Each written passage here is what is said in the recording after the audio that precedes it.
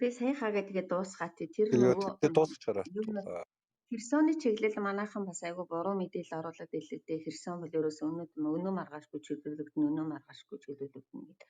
Эдний дайны экспертүүд нь бол тийм амар биш юм бэлээ шүү. Тэр нэг тийм өнөө маргааш тав чөлөөлөгдөн, судлагдана гэсэн бол байхгүй. Ерөнхийдөө бараг оны эцэс хүрж ижил энэ чинь зөвхөн баруун эргээл одоо чөлөөлөх гэж чадахгүй байгаа шүү дээ.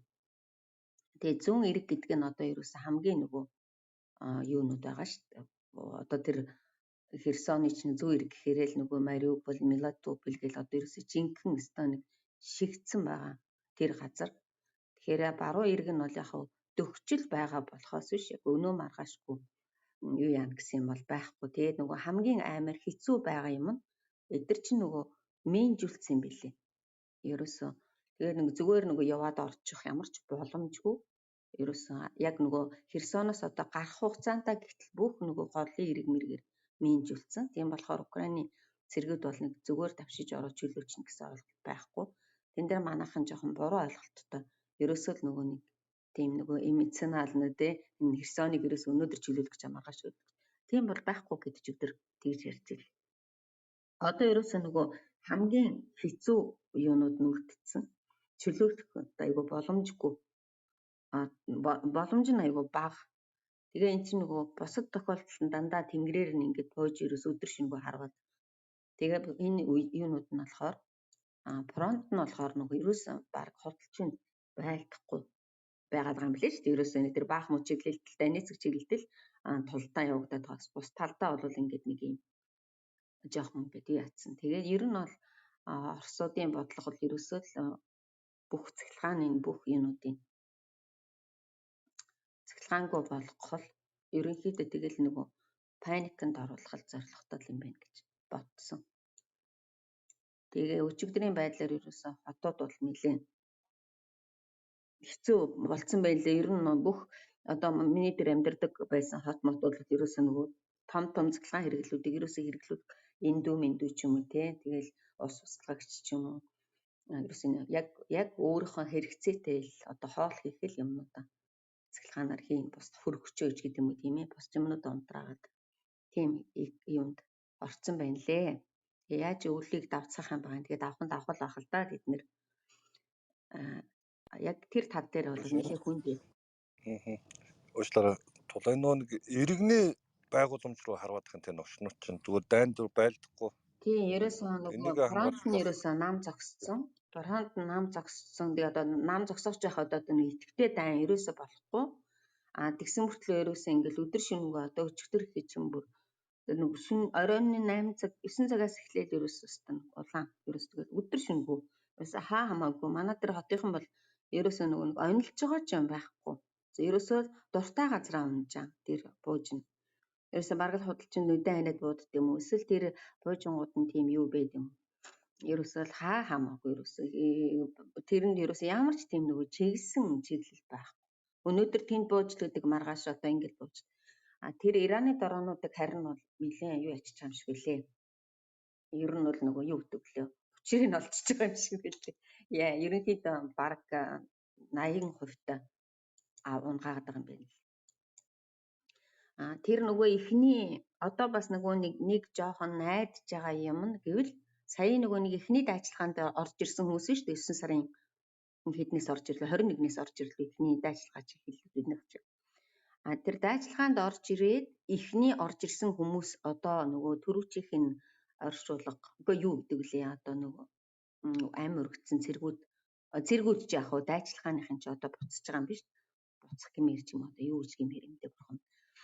Орос руугаа явж байгаа юм байна. Тэгээд маш их олон хүмүүс нөгөө юунд олзлогдож байгаа юм байна. Тэгэхээр нөгөө эн чинь төрүүчийнх нь болохоор дандаа нөгөө гэрээ та өөрсдөө сайн дураараа мөнгөний төлөө байлдаж байгаа хүмүүс чинь их өөр байд юм байна. Жинхэнэ дайчилгаагаар орж ирчээд Америктэд буцаад ирэхээр ар гэрийнхэн их өөр байд юм. Тэгэхээр гол найдлага тавьж байгаа юм одоо энэ ингээд нөгөө массаараа тэ олзлогдоод массаараа энэ юунууд нь амь өргөцсөн одоо тэр юунууд буцаад гэртээ ирээд оршуулга ихсээд ирэхээр харин яхав дотроосоо босох тийм байж магадгүй л гэж голдож байгаа юм шиг байна. За тэр нөгөө нэг өчигдрийн байдлаар маш их олон шоронгийн хоригдлууд өөрөөсөө амар их баригдсан билээ. Тэд нар ч юм бол ямар юмны байлдна гэж ахаад нөгөө нэг амьд шийт гэж хэлдэг штеп. Тэгэл тэр өчигдрийн тэр олон олзлогдсон хүмүүс ихэнх нь шоронгийн нөгөө хоригдлууд байна л. Дандаа хүн амны хэрэгээр шоронд орсон гэж баригдсан, шархагдсан тийм хүмүүсийг ерөөс өчигдөр бол маш ихээр гаргаж илээ. Тэгэхээр тэр тайжлагаанд ирсэн хүмүүс одоо ингээд баригдаад амь өргөдөөд эхлэн гэдэг чинь Оросуудад арай илүү нөгөө яг эн чинь нэр тент чи амар хэцүү юм болоод байгаа юм байна гэдгийг үннээр нь мэдээлж магтгүй л гэж юм шиг. Тэгвэл хэдий чинээ тэгж эднэр их буцсан, шархагдсан, амь өргөдсөн буцсан. Тэдий чинээ одоо нөгөө Оросын ард түмэнд нөлөөлөл нь их байж магадгүй л гэд гордоод байгаа юм шиг хэлж штэ. Нэг тийм найдлага байна. За хоёр дахь найдлага нь бол одоо тэр нөгөө тэнгэрийн хамгаалчих юм бол хамаагүй дээр. Гэхдээ хэцүүлдэ ер нь бол мэдхгүй одоо ингээ хараад байхад яаж үйлчлэх юм га тэгэл үйлчлэл баг. Гэхдээ эдгээр чинь нөгөө их сэтгэлийн хаттай хүмүүс юм байна л да. Тэгээ өчигдөр тэгэхээр харж байхад нөгөө лаагаар хүртэл жижигхэн хувийн тавиад ус цэцэлгаад лаад орно гэж. Ингээ тэр нөгөө нэг инээдэм юм шиг боловч тийм амар сэтгэлийн хаттай ерөөсөө юу ч эднэрийг нугалж чадахгүй. Тийм арт түмэн юм байна. Тэгэхээр гайгүй бахаа гэж бодож шít. Одоо энэ 10 сар чинь хамгийн амар нь ингээд өнгөрч байгаа гэсэн. Ингээд нэг 11 Тэр өрмийн дээр очсон нөгөө нэг Америкийн цэргүүд яах юм бол орж ирэхээр юм шиг байна уу? Үгүй ээ, тэр Америкийн цэргүүд тэр НАТО мотоо орж ирнэ гэж баг худлаа гэж хэлээ шүү. Яг тэгвэл эн чинь нөгөө нэг ерөөсө Путингийн чинь гол мөрөөдөл нь тэр юм байна штэ. Гол мөрөөдөл нь НАТО орно гэдэг чинь одоо нэг гэсэндээ Путин чинь өөрөө дайн хийсэн биш. НАТО манайх руу дайрсан гэдгийг өөрөө одоо нөгөө баталгаажуулах гэж байгаа ч юм уу те. Тэгээд нөгөө гэрээ хэлцээрээ би одоо зүгээр нэмүү Зеленскийтэй хийж байгаа юм биш. НАТОгийн хүмүүстэй хийж байгаа гэж ард түмэндээ ойлгуулах тийм бодолтой юм байна. Тийм болохоор ерөөсөн Путингийн ч ерөөсөн гол зорилго нь ерөөсө бүхэл талаар өдөж байгаа бол НАТО орвол их одоо их зүгээр болох гэдэг юм байна. Тэгэхээр НАТО ч юм бол тийм гений юм хийхгүй ойлгомжтой.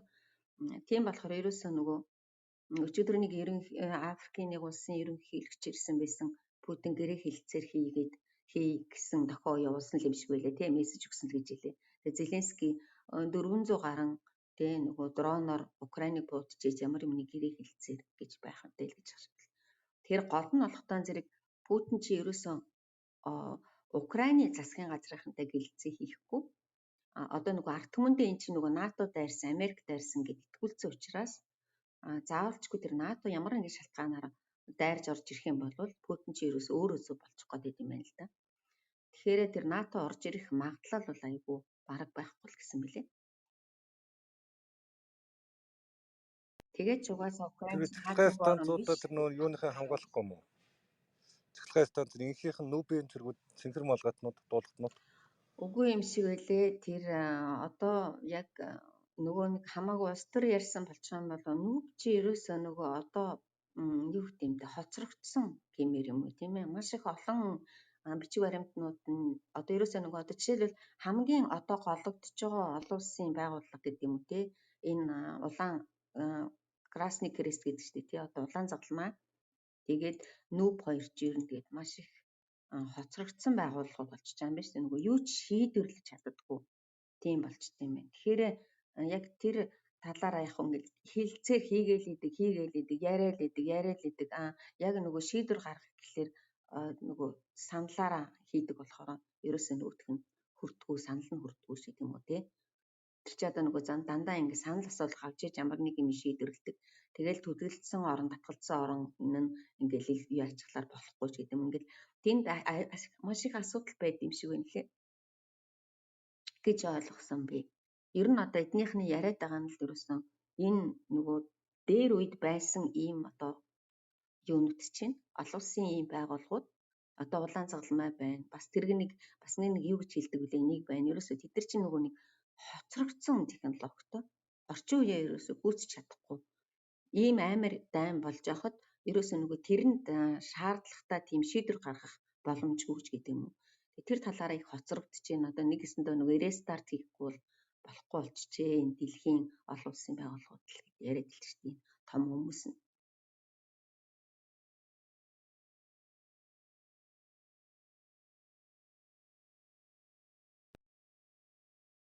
Би ойлгохдоо болохоор тэр Запорожийн эрчим хүчний станц тэгээд тэр далан малан дээрээс нүүбийнхээ очиж байгаа юм байна гэж ойлгоод байсан шүү дээ. Хамгаалтанд авахгүй бол Бид нэр очиод авчирдаг шалахгүй. Зүгээр яхаа тэр нөгөө нэг атом станц дээр тэр нэг хүмүүс ирээд идэв шүү дээ. Одоо тэр нөгөө олон улсын хинжээч нар тийм бид нар чи ирээд ерөөс юу ч шийдвэрлэхгүй юм билээ. Ягаад гэвэл бид нар чи нөгөө нэг зөвхөн атомын станцаас одоо радиас гарч ийн үгүй юу тэ нөгөө тэрийн л одоо ямар аль хэрэг одоо юу хор уршиг нь ямар байна уу гэдгийг судлаад үзээд хараад явна л гэхээс биш тэр орчин тойронд байгаа одоо тэр нөгөө байлдааны зэвсгийг гаргуулах тийм ээ тэгээд эсвэл одоо тэнд ингээд менжүүлснийг устгуулах сармагжуулах тийм арга хэмжээг бид нэр авч чадахгүй зөвхөн одоо нөгөө радиацийн түвшин ямар байна ямар нэгэн одоо эвдрэл хэмхрэл байна уугүй юу ч гэдэг юм уу те тэр талаас нь л ирж байгаа болохоос биш яг цэргийн талаас нь шийдвэрлэх хэрэг байна. Тийм болохоор нэг ирээл буцдаг гэх юм бэл.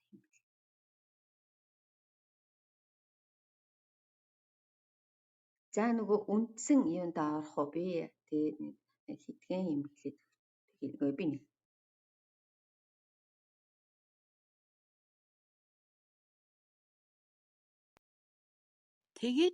тэгээ би энэ хараа нөгөө яриагаа эхлэхээс өмнө дахиад би чи нөгөө стрэ хүмүүн биш шүү би зүгээр л яг энэ бол миний хувийн бодол миний л уншсан миний л үзсэн миний судалсан юмнууд шүү ягаад би энийг өнөөдөр яриад өчиж үзсэн тэгээ манайх нөгөө нэг би дахиад хэлдэг штэ Украин Монгол хоёр ерөөсөн яг ингээд социализмаас гарсан орнууд чинь одоо жишээлбэл Лаос, Камбож, Вьетнам энэ төр гээд явж чараа бас нэг арай өөр болчиход байгаа юм. Тэгэл Беларусь, Казахстан, Монгол, Украин энэ төр чинь болохоор нэг ингээд систем нь яг адилхан тий яг социализм үеийн систем нь яг адилхан болчиход байгаа. Тэгээд нөгөө одоо жишээлбэл Польш, Венгер нөгөө энэ Латв, Литв, Эстони эдгээр чинь бол нөгөө дөнгөж социализмаас гарангуудаа шууд Европын холбоонд ирсэн болохоор эдгээр чинь бас арай өөр болчиход байгаа. Тэгэхээр яг манайхан та яг ойрхон адилхан юмнууд нь болохоор яг энэ Беларусь, Казахстан, Монгол, Украин эдгээр бол яг нэг ижил юутай нөхцөл байдалтай ч гэдэг юм уу те нэг бүх одоо юм асуудал нь бүх юунууд нь адилхан болоод байгаа. Тэгэхээр тэр талаас нь би манайх нэг одоо залуу хүмүүс хэрвээ сонсож байгаа бол яг ийм юмнууд дээр бид нэр гэхдээ нэг Украинаас суралц гээд байгаа юм биш. Би тийм ээ Украин сайн тэр нь муу гээд байгаа юм биш. Ерөөсө зүгээр нэр эндээс чинь бид нэр ийм юм аваад авчих юм байна гэдэг талаас нь л би хэлж өгөх гээд байгаа.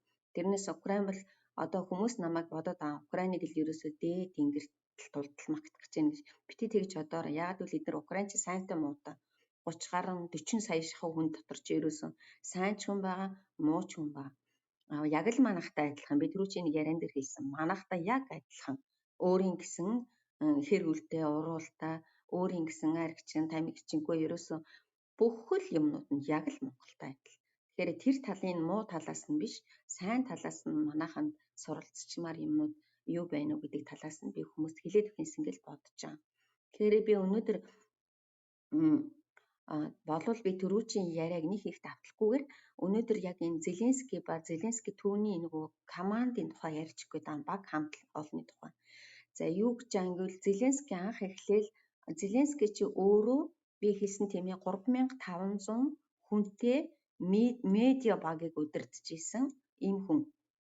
Тэгэхээр тэр дотор ч маш олон жүжигчид тийм ээ жүжигчид ерөөсөн хуулийнхан тэгэл одоо энэ хэвлэлийн журнал сэтгүүлчид телевизийнхан гэл ариад өсө бүх хүмүүс янз бүрийн мэрэгжлийн хүмүүсийг одоо 30 жил барьсан хүн шүү дээ тийм ээ өөрөө яагаад даргалаад 30 жил болсон. Өөрийнх нь тэр квартал 95 гэдэг команд болохтон зэрэг оюутан байхдаа тэр Кевин тоглохтоо бүрдүүлсэн баг нь одоо Зеленскийтэй 30 жил ажиллаж байгаа. 30 гаруй жил гэмээр 95 оноос хойш. Тэр багаас нь бүр анхных нь тэр оюутан байхдаа бүрдүүлсэн багаас гарсан ганцхан хүн л нэг архины асуудлаар гарсан гэж хэлдэг. Бусдууд нь ерөөсөө анхныхаа командаар одоо хүртэл ажиллаж байгаа. Тэгэхээр энэ хүн бол ерөөсөө багийн тоглогч гэсэн. Тэгээд ерөөсөө анх эхлээл гарч ирэхдээ багаараа л одоо ерөөсөө энэ өөрийнхөө Украин орныг хөгжүүлнэ гэдэг ийм зорилго тавьж гарч ирсэн. За тэгээд багаа бүрдүүлэхдээ хамгийн эхлээд нөгөө 3 хэсэгтэй баг байгаа даа. Эхнийх нь баг нь болохтой зэрэг яг нөгөө сонгуулийн баг, сонгуулийн штаб тийм ээ ерөнхийлөгч болохынхаа өмнө бүрдүүлсэн баг. За тэр сонгуулийн баг дотроо болохоор дандаа ер нь бол нөгөө орчин үеийн сэтгэлгээтэй залуучуудыг авсан юм. Гэхдээ тэр дотор ерөөсөн өөрийнхөө нөгөө кварталын хүмүүсийг тийм ээ өөрийнхөө багийн хүмүүсийг тэгээд дээр нь дандаа ингээд өөр өөр сфернүүдээс одоо жишээлбэл IT-гаас ч гэдэг юм өөр өөр сфернүүдээс залуу хүмүүсийг авч тэр сонгуулийнхаа багийг бүрдүүлсэн. За тэд нар нь яг бидний нөгөө социализмын үеэс юугаараа өөр исэн гэвэл одоо бид нар чинь нөгөө нэг сонгуул болохоор л айгүй одоо нэг бичиг цаас тараагаал энэ тэнд самбар мамбар дээр юм наагаал тий айл хунраар юм өгөөл ингээл тэгээд идэх штэ тий тэр Зеленскигийн баг болохоор тэрнээс ерөөсөн баг 360 градус өөр исэн. Яагаад гэвэл ерөөсөн шувт цахимаар явсан. Ерөөсөө нөгөө сонгуулийн урд юу нь сурталчилгаа нь ерөөсөн шувт цахимаар. Цахимаар явахдаа ерөөсөө дандаа ийм нөгөө хөөрхөн жижигхэн кино маягийн тий ингээл жижигхэн ийм айгу богино хэмжээний видео бичлэгнүүд тэгэл ингээл ерөөсөө шувт ингээд цахимаар гэхдээ айгүй хөөрхөн ийм энгийн байдлаар хэрвээ эдний баг одоо гарч ирэх юм бол юу хийх вэ гэдгийг энгийн байдлаар ингээд танилцуулж гарч ирсэн. Ямар ч тийм нөгөө их мөнгө төгрөг зарцуулаагүй, ямар ч одоо амлалт байгаагүй. Ингээ ерөөсөө ямар ч тэр юу энэ тэнд нөгөө нэг цаас маас элдв хангам ерөөс огт наагаад. Тэгэхээр тэнд бол нөгөө цэвэр залуу хүмүүс ажилласан гэсэн үг. Одоо орчин үеийн сэтгэлгээтэй залуу хүмүүс ажилласан гэсэн. За энэ бол дан зэрэг анхных нь баг бүрдүүлэлт байгаа юм. За тэгээд тэр өөрийнхөө баг бүрдүүлэлтэнд орсон хүмүүстэй мэдээж хэрэг ажил амлаагүй гэж хэлдэг. Энэ их сонин шүү бас. Ерөөсөн тэр баг бүрдүүлсэн хүмүүстэй залуучуудад өөрөө анх эхлээл штабынхаа хүмүүст хэлэхдээ би та нарыг ямар ч одоо ажил амлахгүй. Ганцхан та нарыг цаашаа ажиллаж амьдрахад хэрэгтэй зөв хуулиудыг л одоо батлуулж гаргана. Та нарыг нөгөө нөхцөлийг чинь бүрдүүлэх л ийм л ажил хийн гэдэг юунтай болцолтой тэр багаа бүрдүүлж ажилласан гэж ярьдсан бил. Тэгээд дараагийнх нь болохоор сонгуулийн яг дараах нөгөө ажилдаа орсон үедээ бол нөгөө одоо Украинуудын нэг шүүмжилдэг юмнууд нь танилуудаа их авсан гэж ярьдیں۔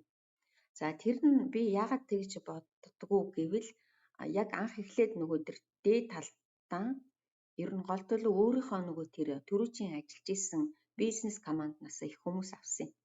Өөрийнхөө зөвлөхнүүдийг тэгэл өөр одоо тэр нөгөө нэг хамгийн ойрын юунуудтай тий тушаалуудад дандаа тэндээс эхэлж авсан. За тэрэн дээр бол хүмүүс мэдээж хэрэг танилуд авлаа, найз нараа авлаа гэх их шүүмж гарч исэн. Энэ бол би ойлгохдоо одоо нөгөө хэдэн жилийн 3-4 жилийн дараа эргээд ойлгоход тэр үед зүгээр ерөөсөө л найдвартай хүмүүсээ авсан байх гэж бодсон би.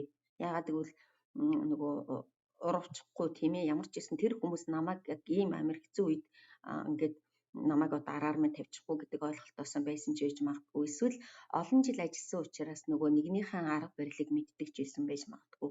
Ингээд анхныхаа багийг бүрдүүл юуны тэр сонгуулийн багнаас дараагийнх нь баг болохоор арай жоохон тийм өөртөө ойр дотны хүмүүсийг авсан. За энэ бол хоёр дахь баг бүрдүүлэлт нэ. Тэгээд хамгийн одоо нөлөө бүхийн тэр шифир гэдэг хүн ба ах トゥ шифир гэдэг тэднэр бол ерөөсөө оюутан байхаас хамт ажиллаж исэн. Тэр одоо жинхэнэ тэр Зеленскийн юу гэж ойлгох юм бэлээ нөгөө нэг зөвлөх жинхэнэ одоо ерөөсөн бүх талын зөвлөх ганцхан улс төрийн зөвлөх биш. Одоо бүр яг ингэж жинхэнэ зөв хандлагатай тийм нэг хүн бид. За тэр байна.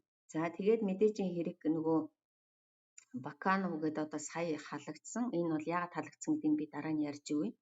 Юуныхаа служба безопасности гэж манайх одоо юу гэх вүлээ? СБУ гэж.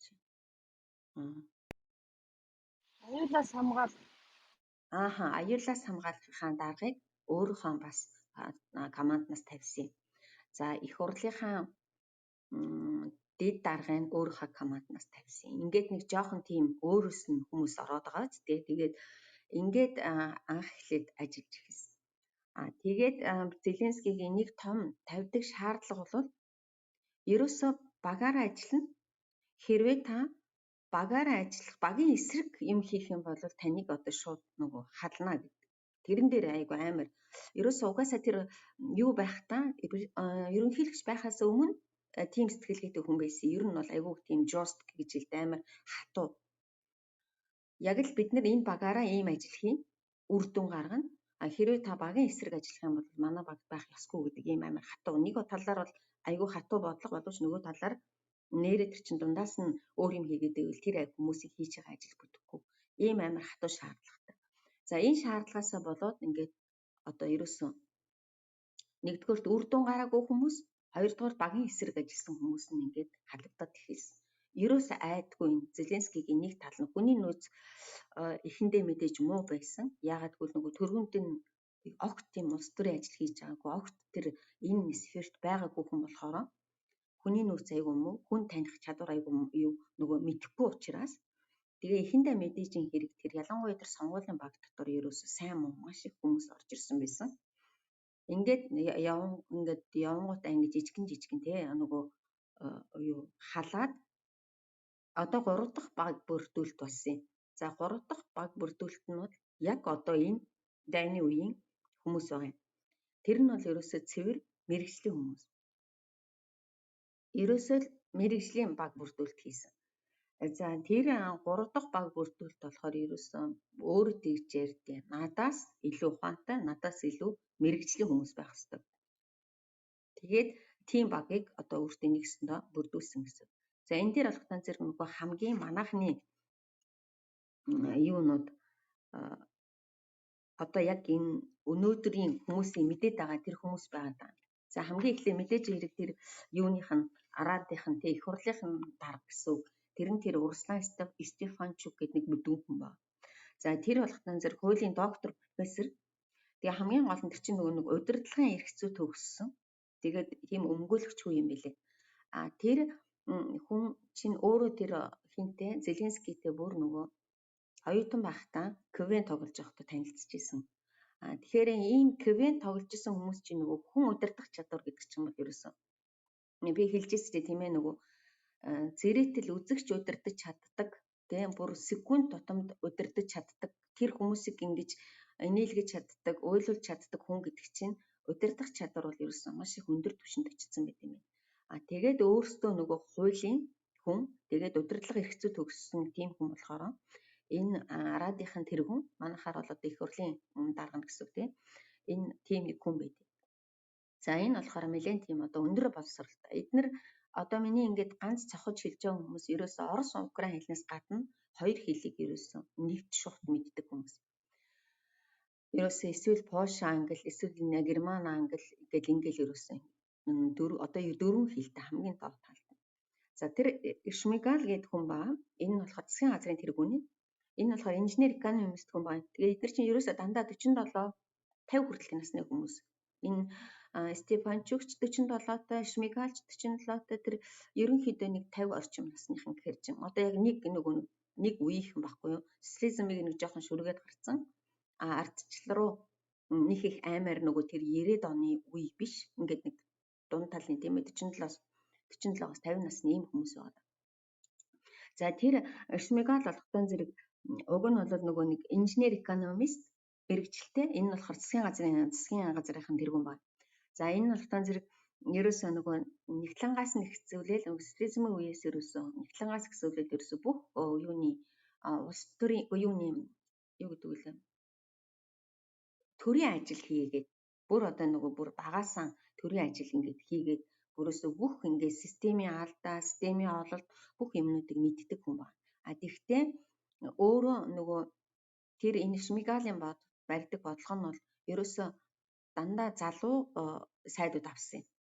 Ер нь нэг бас л нэг 35-аас 47 насны орчмын сайдуудтай энэ.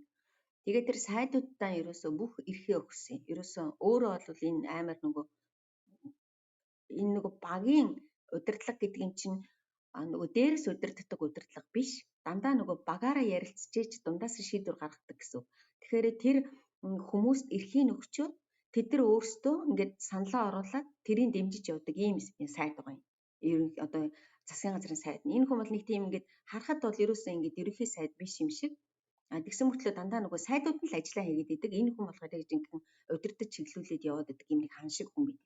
Айгүй дажгүй хүн байд. Харахад ерөөсөө баг юм ч ярихгүй, юу ч амлахгүй, ер нь бол баг байгаа байхгүй мэдхгүй мөртлөө сайдуудынх нь ажил ерөөсөө ингээд дандаа ингээд урагшаа яваад идэг. Тэгэхээр энэ хүн бол нэгсэндээ менежер тэр хүмүүсийг одоо ингээд ажлын чиглүүлж өгч чадчихээн гэсэн байгаад байна. За тэгээд дараагийнх нь хүн болохоор тэр нөгөө Резников гэдэг тийм ээ одоо энэ Батлан хамгаалах яамных нь сайд. Энэний төрөнд энэ Резниковыг ерөөс 9 сард сольсон. 9 сард өнгөрсөн оны 9 сард байна уу да сольсон. За 9 сард болохоор Батлан хамгаалахын яамны сайд нь Тран гэдэг зүгээр л нөгөө нэг социализмын үеийн генерал ч үлээ хурандаач үлээ юу л мэдхгүй нэг тийм хүн байсан. Тэр болохоор ерөөсөө яг нөгөө системний тий манай хуучин системийн хурандаа. Тэгээд тийм хүмүүс чинь одоо яг ингээд нэг ийм ерөөсөө нөгөө нэг шин дэвшилттэй юмыг айгүй хэрэгжүүлэхтэй муу гэх юм уу да тий. Тэгээд нэг тиймэрхүү маягийн хүн байсан. Тэгээд нэг л нэг тийм нэг харахад л нэг номхон дэлгөө хүн байгаад идэг. Яг ингээд ажилласан мэдэгддэггүй. Тэгээд тэр хүнийг энэ Резников сольсон. Резник чинь болохтан зэрэг яг жинхэнэ Батлан хамгаалахын хүн биш байгаа юм. Энэ чинь болохоор хуульч өмгөөлөгч хүн байна. Тэгээд нөгөө хамгийн гол нь одоо энэ хүний гол авиас нь хилэлцээр аюу сайн хийдэг. Одоо янз бүрийн гэрээ сайн хийдэг, хилцээр сайн хийдэг. Тэгээд өөрөө ерөөсөн бас энэ Кевин тоглож исэн. Бас ийм юу хүн байна. Одоо бүр энэ Украины тэр ухаантай хүмүүсийн тоглодог клубын бүр дарга. Тэгэхээр энэ хүний чинь нөгөө нэг ийм гүйлгээ авах аягүй сайтай, аягүй хилцээр юунууд сайн хийдэг, контрактууд сайн хийдэг учраас жинхэнэ нөгөө энэ орчин үеийн зэвсэг техникийг оруулж ирэх гэрээ хилцээрийг одоо энэ Резников гэдэг хүн чинь удирдах хийж байгаа. Тэгэхээр бол энэ өөрөө Батлан хамгаалахын мэрэгчлээ хүн биш мөртлөө жинхэнэ нөгөө нэг орчин үеийн одоо техник, зэвсгийн гэрээ хилцээр сургалтууд тийм ээ тэр нөгөө нэг юмнуудыг айгүй чанга барьж хилцээрийг хийж ингээд сургалтуудыг айгүй зөв одоо сургалтуудыг гээд Англид хийж гин Францад хийж гин тийм ээ Украины сэргүүдийг сургаж гин энэ юмнуудыг хийх хүн чинь нэрээ Резников. Энэ бол ерөөсөө дэндүү одоо ухаантай гэмээр юм уу тийм ээ дэндүү сайн менежер. Тэгэхээр энэ дээрээс бодоход баг дотор заавалчгүй чи Батлан хамгаалахын дарга хүн бол цэргийн хүн байх ёстой гэдэг байсан илүү бас нөгөө доод талд нь нэг жинхэнэ одоо тэр залуушны ингээд тий одоо тэр том генералууд нь бол жинхэнэ генштабын дарга нараанууд нь жинхэнэ одоо юу орчин үеийн генералууд юунууд хурандаанууд тийм үү жинхэнэ Батлан хамгаалахын сайд хүн бол жинхэнэ менежер байх хэрэгтэй байл. Жинхэнэ одоо зөв гэрээ хилцээр хийж цэргүүдийн хаан сургадаг, хаанаас зэвсэг авах уу гэдгийг мэддэг ийм хүн байх хэрэгтэй юм. За энэ нэг дараагийнх нь одоо хүн байна. Би нэг 6хан хүнийг л хэлээд өгчий. Яагаад энэ баг бүрдүүлэлт ийм сайн байгаад байна вэ? За тэрнийх нь дараагийнх нь тэр Подоляк гэдэг хүн байна. Тэгээд энэ дээрээс бас нэг юм ажиглал нь ягаад гэвэл энэ Резников, Шмигал, энэ Подоляк гэдэг дандаа тэр баруун юунаас баруун Украины хүмүүс. За ягаад би ингэж сохож хэлж байгааг бол баруун Украиныхныг би хэлсэнтэй дандаа Европын өндөр хөгжилтэй орнуудад сургалт өгсөн ихэнх нь эсвэл мэрэгжлийн дэвшлэгдсэн. Тэгээд нөгөө жинхэнэ Украин хэлтэй. Жинхэнэ нөгөө одоо юу гэдгийг жинхэнэ одоо Украиныхаа төлөө тэмцдэг тэр газраас гарч ирсэн хүмүүс байгаа шүү эднэр чинь. За тэгээд тэр Подоляк 50 настай энэ одоо хиний Зеленскигийн жинхэнэ улс төрийн зөвлөгч хүн байна. Бас айгүй залуу. Бас л ерөөсөн их өндөр боловсралтай. Тэгээд энэ угаасаа нөгөө улс төрийн зөвлөхөөр бүр нөгөө жинхэнэ мэрэгжлийн улс төрийн хүн байна. Бусдууд нь болохоор ингээд өөр оц хуульч хүмүүлэгч ийм хүмүүс. За тэрнийх нь дараагийнх нь одоо хамгийн чухал нэг фигур болохоор тэр Михаил Фёдоров гэдэг одоо та нар зөндөө олон мэдэн дээрс харсан баг. Эдний нөгөө дэд сайд тэгээд бас нөгөө цахим яамных нь сайд нь дижитал цахим хүсэл яам гэдэг юм юу гэдэг юм бэ? Тэрний сайд нь. За энэ залуу хүн 30 эдхэн настай, 31 настай. Энэ болохтан зэрэг тэр Зеленскигийн нөгөө засгийн газар смартфонд гэсэн тийм төслийг хэрэгжүүлж байгаа хүн. За энийг яагаад би дурдж байгааг гэвэл ерөөсөө энэ саяын энэ дайн гарснаас хойш юу чухал байна уу гэвэл яг одоо энэ цахим чухал байна. хамгийн тар нөгөө тэр Elon Musk гэнтертэй хийсэн Starlink гэнтрийг чинь авсан гэрээ хэлцээрийг энэ сайт хийсэн. Ерөөсөө энэ бүх ерөөсөө тэр юу юмнууд Google, Apple одоо ерөөсөө Microsoft тэгэл ерөөсөө бүхэл том дарга нартаа шууд харьцсан хүн нь энэ залуу. Ерөөсөө хилтэй учраас шууд нөгөө том дарга нартай нь харьцдаг. Одоо шууд. Тийм учраас нөгөө энэ интернетгүй болвол тэгэл ер нь болохгүй. Одоо энэ тэр бүхэл одоо цахимтай холбоотой бүх юмнуудыг ард түмний хамгаалагч талаасаа гэсэн одоо Украинууд ийм амар дан болж байхад эдгээр ерөөс интернетээр тасрахгүй байна, мэдээлэлээр тасрахгүй байна. За одоо тэр урагш нарыг ерөөсөө дандаа тэр нөгөө юугээр нь яриагаар нь барьж авч бүх газрын камержуулсан бүх юм нь одоо шилэн байх юмнуудыг энэ залуу хийж байгаа. Тэгэхээр энэ бол ерөөсөн маш өндөр боловсралтай, маш зөрөгтэй. Тэгээд ерөөсөө нөгөө шууд ийм одоо нөлөө өгөх хүмүүстэй шууд харьцдаг ийм залуу байна. За дараагийнх нь одоо тэр Алексей Арестович гэдэг алдартай хүн байна. За тэр Арестовичийг манай Монголоос хүмүүс надаас их асуудаг. Энэ би ямар хүн юм бэрс ойлгохгүй. Тэр Арестович ойлгодог хүн ховор. Энэ болох тань зэрэг яг юу хүн ба? Жүжигчин. Тэгээ сэтгэл судлаач. Тэгээд нөгөө цэргийн тагнуулч, орчуулагч.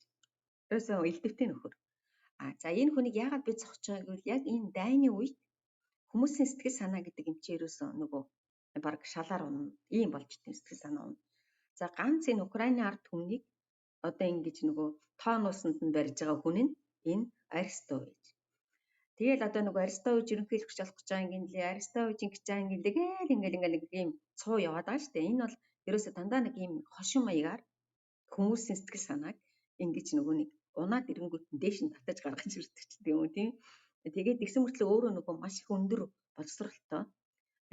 Нэгдүгээр чинь жүжигчин хүн, хоёрдугаар сэтгэл судлаач хүн. Хүмүүсийн сэтгэл судлалыг жинхэнэ ингэж нөгөө барьж өгч байгаа. Одоо энэ дайнд харьцангуйгаар амжилттай байна гэдэг чинь хүмүүсийн нөгөө нэг тэр цэргүүдийн эсвэл ард түмний сэтгэлийг ингэж яг барьж өгж идэг унгаачлалгүй сэтгэл санаагаар унгаачлалгүй байлгадаг хүн нь одоо энэ Арестович. Нөгөөх нь тэр Виталий Ким гэдэг губернатор Николаевск юуны мужийн. За энэ хоёр залуу бол яг жинхэнэ энэ багийн одоо хүмүүсийг сэтгэл санааны хувьд барьж ингэж унгаахгүй ийм зорилготой хоёр хүн байна. За ингээд энэ алхтан зэрэг ерөөсөө энэ Зеленскигийн юуны багийн ерөөсөө үндсэн ийм цөмөн байгаа. Тэгэнгүүт Зеленскиг чи ерөөс ярьдаг юм нь яагаад нөгөө баг гэвэл түрүүчийн би нэг удаа ярьжсэн тийм ээ тэр нөгөө Юшинка Тимошенкигийн үед ардчилсан ерөнхийлөгч гарсан мөртлөө яагаад амжилтанд хүрээгүй гэвэл тэд нар нөгөө нэг энэ багаар ажиллах гэдгийг чадаагүй. Яагаад гэвэл ерөөс ерөнхий сайд нь ерөнхийлөгчтэй мөнхийн хэрэлт чинь мөнхийн муудалц чинь нэгнийхээ хийх гэсэн юмыг дандаа нэг нь унгаан доош нь унгаана. Эсвэл нөгөө их хурл нь ерөөсөө нөгөө шаардлагатай хуулиудыг ерөөсөө баталж өгөхгүй тийм ерөөсөө ийм юу та. Тэгэхээр тэр чинь ерөөсөө нөгөө баг нь бүрэлдэхүүн учраас тэгээд ард түмэн хилмигдээд идэв. Тийм юм байлээ. Тэгээд одоо би ингээд айгүй хөөрхөн баг бүрдүүлчихэд тэгээд тэр Зеленскигийн юу яасан гэвэл хамгийн анхных нь манай Монголын юу бол мэдхгүй шүү яг нөгөө ямар системтэй байдин гэхээр энэ Украиных ч юм болохоор парламентын засаглалтай юм мөртлөө ерөнхийлөгч нь хууль оруулах хэрэгтэй байдیں۔ Тэгээд ерөнхийлөгч нь хууль оруулаад парламентод баталдаг. Тэгэхээр чинь манайх бол тийм байд юм уу би мэдэхгүй. За тэгээд ерөнхийлөгчийн ерөнхийлөгчийн хамгийн анхных нь хууль ерөөсөө маргааш нь оруулсан хууль чинь нөгөө нэг дархан эрэхийг цуцлах хууль байсан. Ерөнхийлөгчийн дархан эрэх их хурлын гишүүдийн тэднэрийн дархан эрх гэдэг юм ерөөсөө байхгүй. Тэрийг шууд ерөөсөө эхнийх нь хууль нь тэр хууль байсан шүү. Өөрийнх нь дархан эрх, ерөнхийлөгчийн дархан эрх гэдэг имийг цуцлсан. Ягаад гэвэл хуулийн өмнө бүх хүн ерөнхийлөгч ерөнхий сайд ч их хурлын гишүүн ч та нар бүгдээр адилхан эрхтэй байх ёстой гэдэг. Энэ хамгийн одоо амжилттай болсон хоёр хууль нь байгаа. Нэг нь одоо тэр нөгөө их хурлын гишүүдийн дархан эрх, нэг нь ерөнхийлөгчийн дархан эрх. Тэр хоёр хуулийг анх гэж юу яасан юм? Оруулсан юм аа. Тэгээд дараа нь болохтаа зэрэг тэр нөгөө нэг ерөөсө дараагийнх нь том зорилго нь болохоор одоо энэ ерөөсө баг бүрдүүлэлт тийм ээ. Боловсролтой мэрэгжлийн хүмүүсээр багаа бүрдүүлэлт. Энэ байсан юм. Тэгээд дараагийнх нь болох танзэр тэр нөгөө дайн дуусгана гэж гарч ирсэн шүү дээ. Зеленский ч уг нь одоо тэр нөгөө нэг Донецк Луганск дээр болж байгаа дайныг дуусгана гэж гарч ирсэн. Гэхдээ дуусгахдаа тухайн үед бол 19 онд гарч ирэхдээ дайныг дайнаар дуусгана гэж гарч ирээгүй. Дайныг бүтээн байгуулалтаар дуусгана гэж гарч ирсэн. Юу гэсэн үг гэвэл хэрвээ Украин хөгжөөд эхлэх юм бол энэ эзлэгдсэн орны хүмүүс тэргүй эргэж Украин руу зүтгэн гэсэн зорилго тавьсан. Тэгэхээр ерөөсөн энэ ийм нөгөө намжмал байгаа дээр нь Украиныг маш хурдан хөгжүүлж авъя. Украин ерөөсөө хэрвээ ингэж сайн хөгжих юм бол тэр Кримд байгаа хүмүүс ч Украин руугаа ирнэ, Донецк Луганс үлдсэн хүмүүс ч гэсэн Украин руугаа эргэж буцаж ирнэ гэдэг нь ингээд ард түмний Украиныг хөгжүүлж тэгээд ард түмний толгойг эргүүлнэ гэдэг ийм бодлоготой. Энэ бол зорилго нь гэсэн. Тийм учраас тэр нөгөө ерөөсөн ерөнхийлөгч болсныхаа дараа тэр Украины бүтээн байгуулалт гэж том төсөл байгуулад ингээд тэр ажиллагаа нь явагдаж эхэлсэн. Энэ дараагийнх нь юм байна. Дараагийнх нь болохоор тэр нөгөө нэг төвийн бус систем гэдэг юм гаргаж ирсэн. Гэхдээ эн чинь Зеленскийгийн ажил биш юм байна. Энэ болохоор тэр төрүүчийн засгийн газар нь Гройсман гэдэг ерөнхий сайд байсан. Тэр төсвийн одоо жишээлбэл нөгөө хуучин системэр чи манай нөгөө бүх мөнгнүүд чинь одоо ингээд эднийх чи Киев руу яваад байдаг гэсэн баггүй юу? Одоо бүх мужуудын мөнгө нь Киев руу явдаг гэсэн. Тэгээд энэ систем болохтан зэрэг ерөөсөн Киев, Днепр, Луганск гэж гэдэг юм одоо жишээлбэл Львов өөрийнхөө төсвийг өөрсдөө хариуцдаг. Тэгээд тэрднэр нь бас ингээд нөгөө одоо эднийх би ганцхан жишээл хэлээд өгөө. Энийг би тайлбарлах хэрэгсээ сайн тайлбарлаж чадахгүй байж магадгүй. Жишээл би өөрийнхөө хот дээр л хэлээд өгье. Манай хотод одоо орж ирсэн орлого болохоор мэдээж хэрэг нөгөө татвар матвар юм нөгдгөл байх л та. Тэгтээ ингэдэй одоо ингээд оны төсөв батлагдсан шүү дээ тийм ээ. Ингэнгүүт нэг юм одоо манай хотын хүмүүс өөрсдөө юу өгдөө проект хийдэг. Одоо жишээлбэл би гэлээхэд би одоо энэ байшингийнхаа өмнө ийм хүүхдийн талбай байгуулна гэдэг юм уу тийм үү. Одоо жишээлбэл би ийм том одоо кинотеатрын нөгөө задгай кинотеатрын юу байгуулна гэдэг юм гэл одоо би энэ өөрийнхөө хот төр жишээ авч байгаа. Тэгээд тэр хотын баг бүх хүмүүс ингээд өөрсдөө ийм проект хийдэг байхгүй юу? Одоо манайхан дээр бол сумын төвийн хүмүүс гэсэн. Тэгээд зураг төслийг гаргаад мөнгөний гаргаад би одоо нэг энэ 30 мянган гривэнд одоо энийг би хийнэ гэд ингээд тэгээд тэр энэ нөгөө нэг юугаар цахимаар бүх одоо тэр хотын хүмүүс хардیں۔ Яг юу ямар хүн хийх нь хэдэн төгрөгийн хэдэн одоо гривний зардал гаргах нь хаана ямар ариунд юу хийх нь гэдгийг нэг гараад ирдیں۔ Цахим дээр. Тэгээд тэр цахимаар нөгөө санал асуулга явуулдаг. За тэгэнгүүт би ч одоо ингээд за надад энэ хэрэгтэй гэдээ би саналаа өгнө шүү дээ тийм үү. Тэгэхээр хотын бүх иргэд тэр одоо жишээлбэл 35 юу төсөлд саналаа өгнө. Тэгээд нөгөө шалгарсан эхний 10 төсөл нь яг тэр нөгөө юуныхаа бюджет юу гэдэг лээ нөгөө төсвийнхаа мөнгнөөс тэр 10 төсөл дээр мөнгө ороод ирчихдээ. Тэгээд тэр хүмүүс чинь мөнгө авангуудаа нөгөө хийх ёстой ажлаа хийж эхэлдэг. Тэгээд хийгээд зарим нь айгүй хөөрхөн болно. Тэр нөгөө яг нөгөө дотроос нь гаргаж ирсэн төслүүч айгүй хөөрхөн мэдээ. Одоо жишээлбэл манай гадна тал хэд чинь нөгөө нэг энэ хүүхдийн өмбийн тамирын талбай гэсэн айгүй хөөрхөн байгуулж гисэн. За тэгээд энэ тэр нөгөө төсвөө мөнгө авчаад нөгөөдхөө олигтой хийж чадаагүй ч юм уу те нөгөө нэг тэр нөгөө шаардлага нь хангаагүй бол тэр хүн дараагийн оны төсөлд саналаа өгөхгүй юу яах өөрийнхөө төслийг оруулах хэрэггүй болгочтой. Тэгэхээр уг нь бол нөгөө нэг мөнгө чинь манай энэ хотод орж ирсэн тэр төсөвлөгдсөн мөнгө чинь хаашаа орж ийн үү юу хийгдэж ийн үү гэдгийг ингээд хүмүүс хараад идэв. Энэ болцсон уу мөнгө аваад юм хийж үгүй юу хийгээгүй юу гэдгийг ингээд харагддаг. Тэгэнгүүт чи нөгөө хотод чи ингээд хөөрхөн хөгжөөд эхэлнэ шүү дээ тийм ээ. Ягаад гэвэл бид нар чи өөрсдөө юу яаж байгаа. Энийг би хэлээд байгаа. Тэр нэг төвийн бос систем гэдэг нь. Тэрийг энэнийг төрүүчийнхний ерөнхий сайд нь хийж явж байгаа. Тэгээд дуусгаагүй ингээд дараагийнх нь ерөнхий сайд нь үргэлжлүүлж хийж байгаа. Энэ манад яаж хэрэгдгийг би бас мэдэхгүй. Ягаад гэвэл би Монголын юунаас айгүй хол болохоор зарим юмнууд нь айгүй тийм байж магадгүй би тэрийг мэдэхгүй учраас би зүгээр л өөрийнхөө хоттон болж байгаа юм уу эднийхийг л ярьж байгаа. Тэгэхээр та нар илүү дутуу юм манад ийм байдаг юм штэ гэж битээ дотороо бодороо. Ягаад гэвэл би өөрөө мэдэхгүй учраас юу болж байгаа юм. За энэ нэг дараагийнх нь айгүй хөөрхөн юм байна. Дараагийнх нь олтон зэрэг тэр нөгөө засгийн газар смартфоныг гэсэн нэг ийм проект үүдээ. одоо Украины тэр ДИЕ гээд засгийн газрын манай одоо миний ойлгож байгаагаар манай тэр Монголиа юм шиг байгаа юм. Манад Монголд байгаа. За тэр ДИЕ бол ерөөсөн бүх нөгөө нэг төсвийн юу гэдэг лээ төрийн байгууллагуудын ачааллыг ерөөсөн баг худалч нэг 70-80% хөнгөсөн. Яг тэгвэл ерөөсөн нөгөө нэг юунууд ерөөс огт байхгүй болцсон. Нөгөө нэг янз бүрийн давлах авах гал явдаг мовдаг ерөөсөө ямар ч юм байхгүй. Ерөөсөө бүх юм нь интернетээр эднийх Украинууд.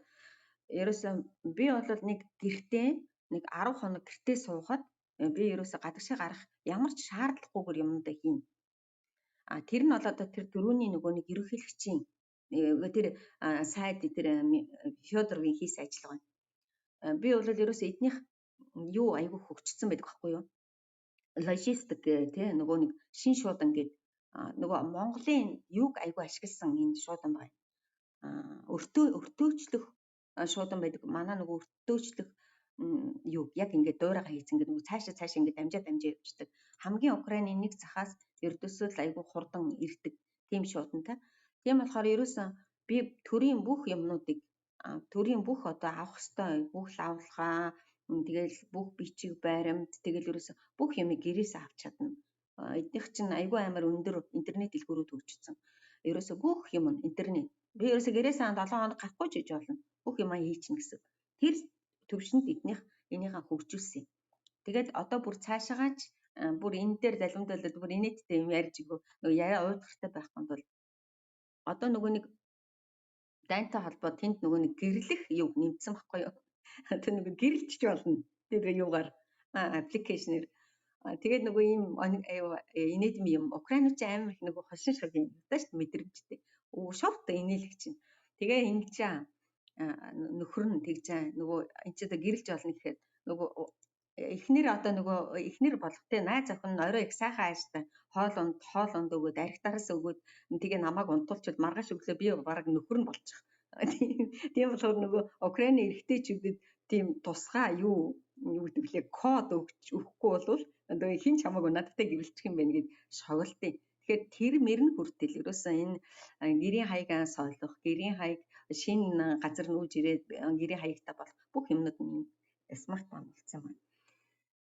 Ийм нэг хэдэн одоо миний бодлоор манай Монгол хүмүүс сонсоход илүүдэхгүй болов гэсэн ийм хөөрхөн шин юмнууд бидний нөгөө социализмын үед байсан одоо миний үед бол чинь ингээд нөгөө дээрээс нь удирдсан системтэй шүү дээ. Ер нь манайхан чинь бол тэр одоо дэгдгэр байсан тийм ээ социализм үед чинь одоо дарга хий хэвлэл хийн гэдэг системтэй байсан. Эднийх чинь болохоор доороос нь хүмүүс нь саналаа өгөөд тэрийн дарга нар нь тэр саналыг одоо хэрэгжүүлдэг ийм систем рүү уг нь орж исэн.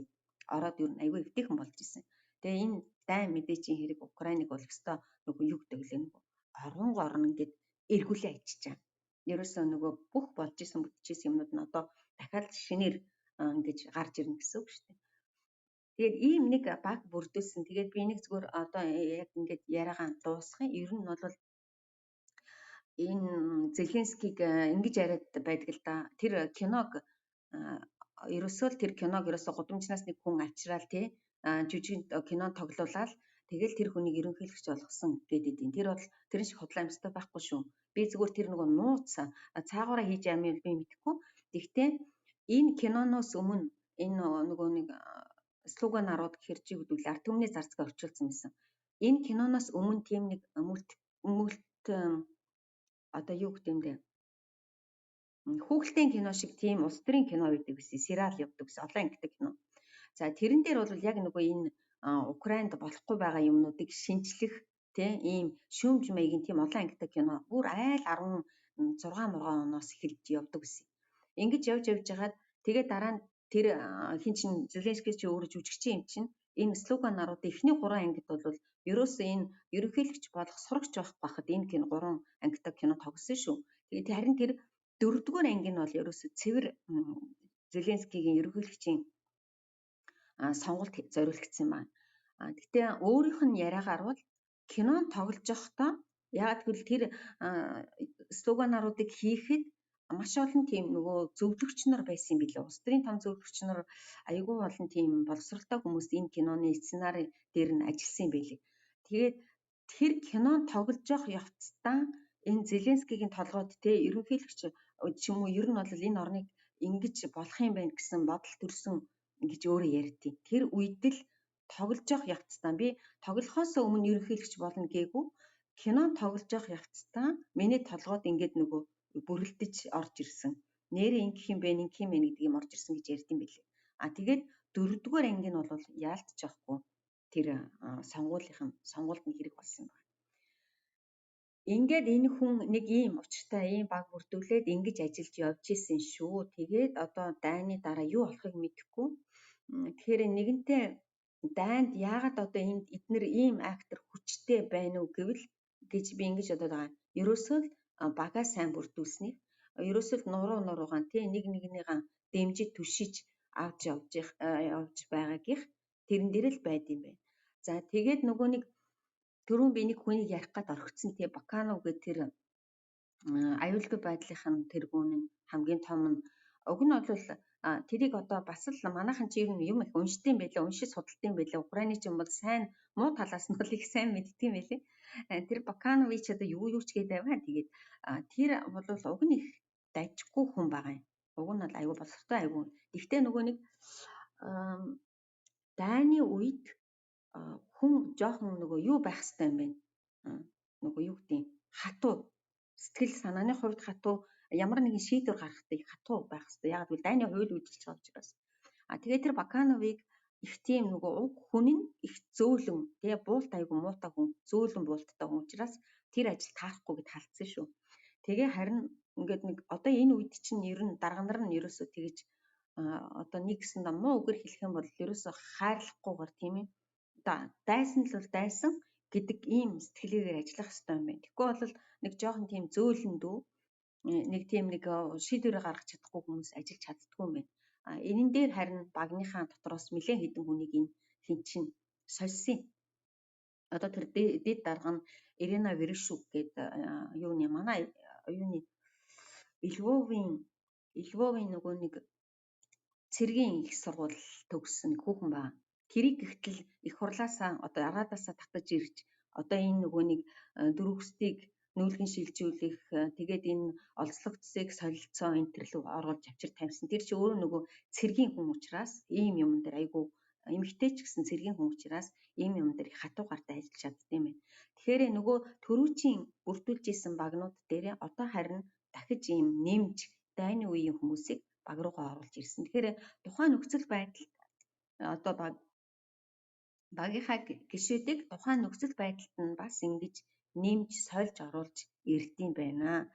Тэгээд нөгөө нэг актер миний ажиглаад байгаа юм гэвэл хэдий чинээ өндөр одоо боловсралтойгоос гадна ингээд нөгөө ус цас шиг хилтэй хүмүүс чинь яг ийм хатуу нөхцөлд одоо дайны нөхцөлд хичээлээ гэсэн байгалийн одоо янз бүрийн нөхцөлд хичээлээ гэсэн эх орны одоо тийм хэцүү нөхцөлд ирэхэд тэд нар чинь нөгөө нэг шууд одоо хүмүүстэй өөрийнхөө нөгөө ингэж ерөөсөө уцтаа л мессенжерээр ороод эсвэл одоо юу гэдэг вайбраар ороод ярих тийм боломжтой байд юм байна. Тэгэхээр эн чинь бол бас их баг бүрдүүлэхэд энийг маш их өндөр түвшинд авч үзэх хэрэгтэй юм байна. За нөгөөх манад энэ өстой маш их хамаатай гэж боддог. Зеленскигийн нэг бодол нь ер нь бол буруудаад исэн бодолж байж магадгүй энэ дэлхийд нийтэд. Зеленский 3 дахь орон гэдгийг ерөөсөө одоо 3 дахь сортын орон гэдгийг ерөөсөө анх эхлээл энэ ерөнхийлөгч болсон өдрөө үздэггүй байсан. Амар дургу шууд дэлхий дээр 3 дахь сортны орон гэж байх ёсгүй.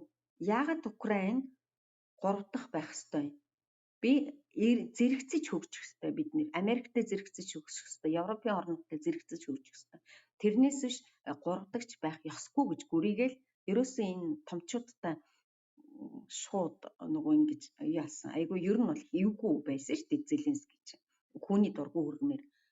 Ягаад гэвэл нөгөө их номхон байсан тий дандаа нөгөө тийг Америкт гисэн, Европт гисэн гэдэг юм руу биш зэрэгцэж орж ирсэн ба. Энэ юун дээр харагдсан гэвэл ковид эхэлсэн шүү дээ 19. Ковид өнгөж эхэлсэн чинь Украинд одоо яг нөгөө хятадын вакцин Оросын тэр Спутник тэгээд нөгөө энэтхэгийн чиглэлийн вакцин одоо үнгүй өгнө гэсэн. Тэгсэн чинь л энэ Зеленский ч амар өстой айж гаргасан байхгүй. Ягаад би манай Украины иргэд тэр үнгүй вакциныг тариулаад та нар ягаад тэр Pfizer-ийн тариулах ёстой юм? Та нар ягаад Moderna-ийг тариулах ёстой юм гээл эхэлсэн шүү дээ эн чинь. Тэгээ хүмүүсийн дургу хүргэж эхэлсэн нэг хэсэнд. Ингээл ерөөсө гүрийгээл би тэр үнгүй вакцинуудыг авахгүй гэж гүрийгээл аваагүй шүү дээ. Тэр Sputnik-ийг ч аваагүй, Яттны вакциныг ч аваагүй.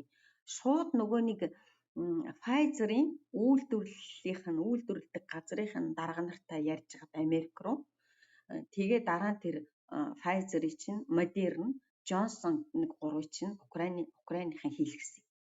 Тэгээд нэг ганц хоёрхан тэр нэг настай хүмүүст тэр нэг арай зөөлөн гэд тэр нэг Сенава гэж нэг тийм нэг юм хийлгэсэн энэтхэгийн. Тэгээд Украинууд чинь ковидыг их гайгүй даван туулж гарч ирсэн гэмээр юм уу одоо. Тэгээ ерөөсөн амар гүргэр ерөөсө тэгэхэд л би тэр хүнийг ер нь энэ хол явах залуу гэж харж исэн. Ерөөсө манай ард түмэн та нар Pfizer хийцгээр бид нар ч гэсэн Pfizer хийх ёстой гэж гүрийсэн шүү дээ. Тэгэл гүрийсээр байгаа л ёстой нөгөө нэг ийш нь тийш нуцаар ярьсаар байгаа. Тэгээд энэ эрүүл мэндийн сайд нь бас ерөөсө эдгээр чи хуваараа нөгөө баргал худалчин таньдаг хүнээр энэ гадаад дотор ярьсаар байгаа. Тэгээд Украинууд бүгд Pfizer, Moderna тэгээд тэр Johnson тэр чи хийлгэсэн ба. Тэгээд их настай хүмүүст тэрг нэг арай зөөлөн гэдэг нэг арай өөр энэтхэгийнх нь илүү хаттийнх нь болов би мэдэхгүй байна. Нэг тийм мэд хийлгэсэн гэж хэлээ. Тэгэхээр энэ тал дээр Зеленскигийн нэг бодлого нь бол ерөөсө тийм дурггүй. Ерөөсө Украин бол бас бүх орнуудад зэрэгцэл орших ёстой. Ерөөсө яагаад дандаа тэгж асуулт тавьдаг. Яагаад Украин тийм байх ёстой гэж. Яагаад та нар ийм өндөр шийдвэр гаргаж хаад манай орон ингэж харахгүй юм. Тэгэхээр тийм нэг одоо зан нь бас зарим одоо том дэлхийн глобалист гэж хэлдэг тийм ээ. Дэлхийн томчуудад таалагдаагүй байх бас талтай гэж бодоод идэв. Тийм ч учраас нөгөө сая дан эхлэхэд чинь бол ерөөсө прогноз нь эхний 7 хоног Зеленский зогтаа бүр Европын холбооны усаас чинь тэр яасан шүү дээ. Зеленский урьсан газар зөндөө баг. Зеленский зогтаа тэгээд шууд одоо Украиныг бууж өгнө гэсэн ийм ойлголттой байсан Европын орнуудч тэр Америкч тэр нуугаад хамрус байхгүй.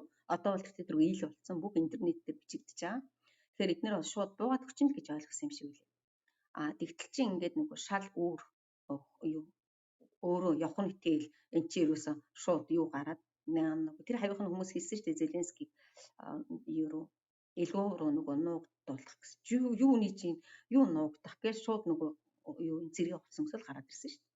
Одоо тэгээд дан ихснээс хойш өдөр болгон одоо 200 гаруй хоног те бараг л худалчин 300 болох чинь 8 сар шиг болох чинь өдөр болгон өдөр болгоны оройн 9 цагаас ард түмэндээ хандаж өгүүлдэг.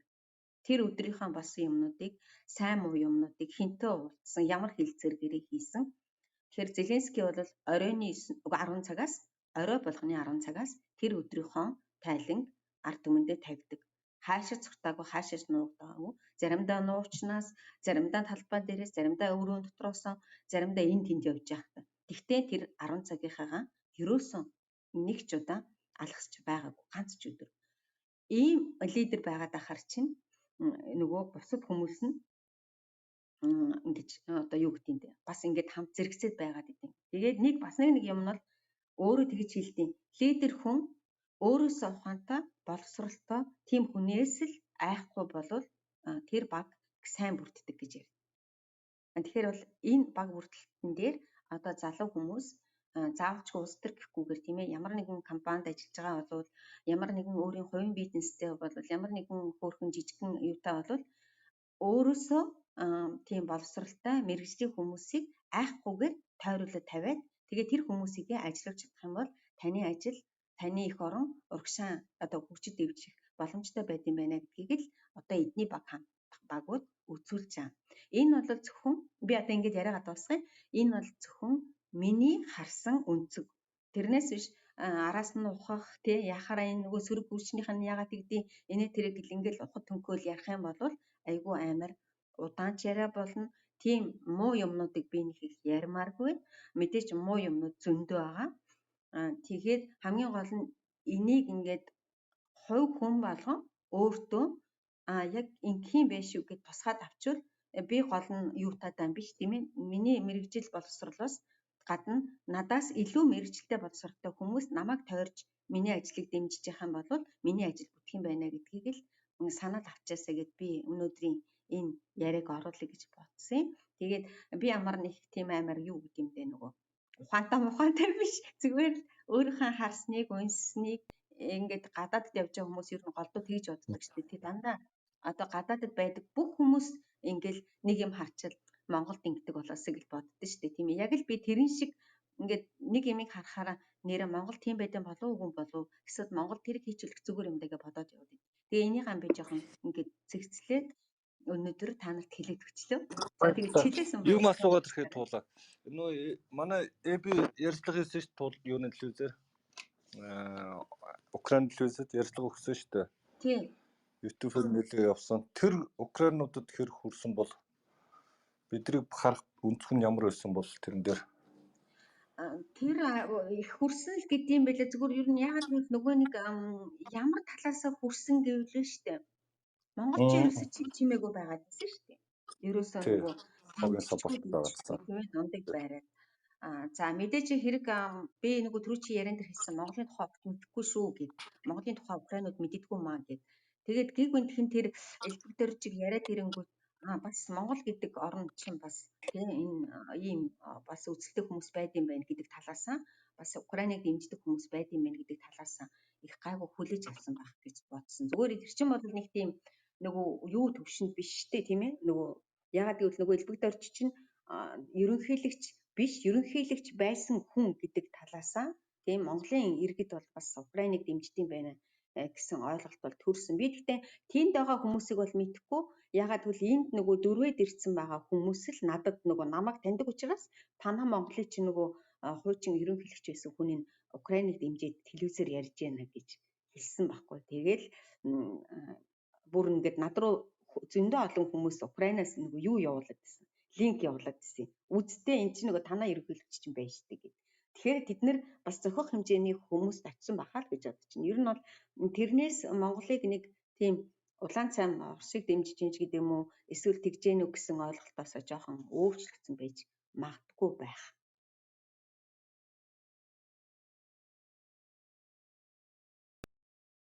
Харин тийм би тэгж бодож байсан. Тэгээд сайн нэг эргүү новшин очсон тэр герман төгсөн ярьцлага бол буцаагаад унгаацсан баг тоо тий.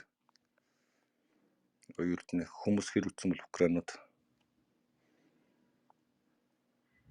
Мэдхгүй тэр чинь Украинууд ч одоо нэг их тэгж телевизээр үзээдэггүй гэдэг ах нь юу да зүгээр Украинаас Герман суурьсан тийм Украинаас Герман суурьсан хүмүүс бол тэгэл яг тэр манай ерөнхий сайдыг хийснээр л хүлээж авсан гэж бодож байна. тийм багтаа бид нар нэг Монголыг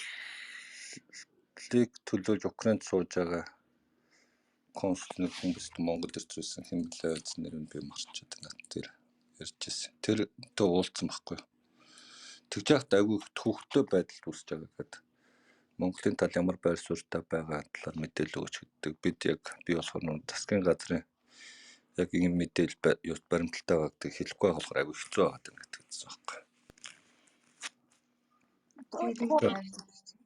Тулаа нэг асуулт асууя. Их сайхан яриа хийж өглөө баярлалаа. Тэгээ түрүүн бас өгсөл тавьж ирсэн болохоор маш их баярлалаа. Тэгээ нэг ийм юу сонсч байсан.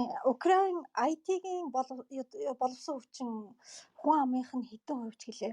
Нийт 250 мянган IT-ийн инженерүүд бэлтгэсэн. Ер нь IT-ийн одоо нэлээд бас өндөр хөгжсөн орнуудын нэгэ гэж би Японд зурагтаар сонсч байсан. Тэгээ энийг украинчууд он орчмоос хийвэ. Жишээлбэл одоо нэг хуучин социалист орнууд дотроос Эстон бол хамгийн түрүүнд IT-гээр хөгжиж гарч ирсэн энэ Wi-Fi энэ ямиг гаргаж ирсэн орн байгаа тий. Тэгээд украинчууд энэ Эстоны хизээнээс нь араас нь хөгжүүлгүй яа. Энэ талаар нэг юу мэдх юм байл ярьж өгөөч. тий Украины угаасаа чинь нөгөө нэг энэ дэлхийд чи Украины хайкрууд чи амар гэл. Украин ч бол ер нь нөгөө бас муу юмдаа айгу сайн шүү дээ. Эдгээр чинь нуугаад байгаа юм байхгүй. Ер нь бол Украины хайкрууд чинь айгу их амар алдартай байсан юм билээ.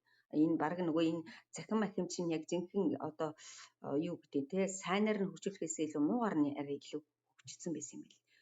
За тэгээд тэр 10 миний мэдх юм бол нэг 10 5 онд 15 6 он гэхтэл одоо энэ ерөнхийдөө IT-ийн залуучууд их илүү гараад ирсэн байна. Одоо тэр ягаад би сайн мэдчихэж байгааг бол нөгөө 13 4 онд чинь яг крипто валют эхэлж байхад Украины залуучууд чинь ерөөсөө шуурцсан байсан шүү дээ. Бараг ерөнхийдөө бараг л худалчинд Украины бирж 16 онд гэтэл крипто валютын бирж мэрч чинь бүр нээгдээд ажилдаа орсон байсан байхгүй. Тэгэхээр бол ер нь нэг нэлээд дээрээс эхэлсэн. Зүгээр ер нь Эстоны туршлагыг хэрэглэн гэж яриад идэг байсан. Гэхдээ яг жинхэнэ ийм засгийн газрын хүрээнд хурдцтай хөгжсөн нь бол яг 19 оноос. 19 оноос бол саяхнаас юм байна тий. Тийм Зеленский ч угаасаа тэр нөгөө нэг урьяан засгийн газар нас мультфоны гэдэг тий засгийн газар утсан дээр гэсэн урайтай гарч ирсэн. Тэрнээс хойш бол яг засгийн газрынхаа хүрээнд хөгжсөн. Тэрнээс өмнө бол ерөөсөн юу муу бол амар ихтэй. Одоо тэр нэг IT-ийн программист залуучуудын тэр хийж исэн юм хомнууд бол бүр айгүй дээр. Бүр амиллээ эрт. Тэгээ ямар сандаа л одоо тэр ер нь мөнгө олдог залуучууд нь дандаа тэр Украины IT-ийн залуучууд айгүй сайн мөнгө олдсон шүү дээ. Тэр тал руу. Тэгэхээр эднийх бол ер нь нэлээд дээрээс угшилтай. Зүгээр яг жинхэнэ яг засгийн газар руугаа оруулж ирсэн нь бол 19 оноос. Юу Snapchat ч Украин залуу гэсэн юу ус бах те. Хэн? Юу Snapchat гэдэг байсан шүү дээ. Тийм бах уу.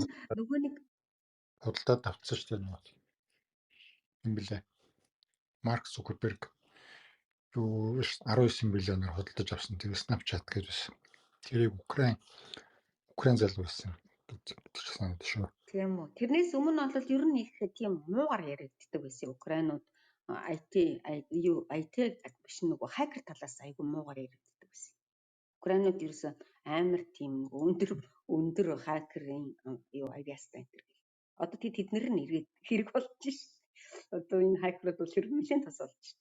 Тэгэхээр эднийх бол айгүй дээрээс тэр.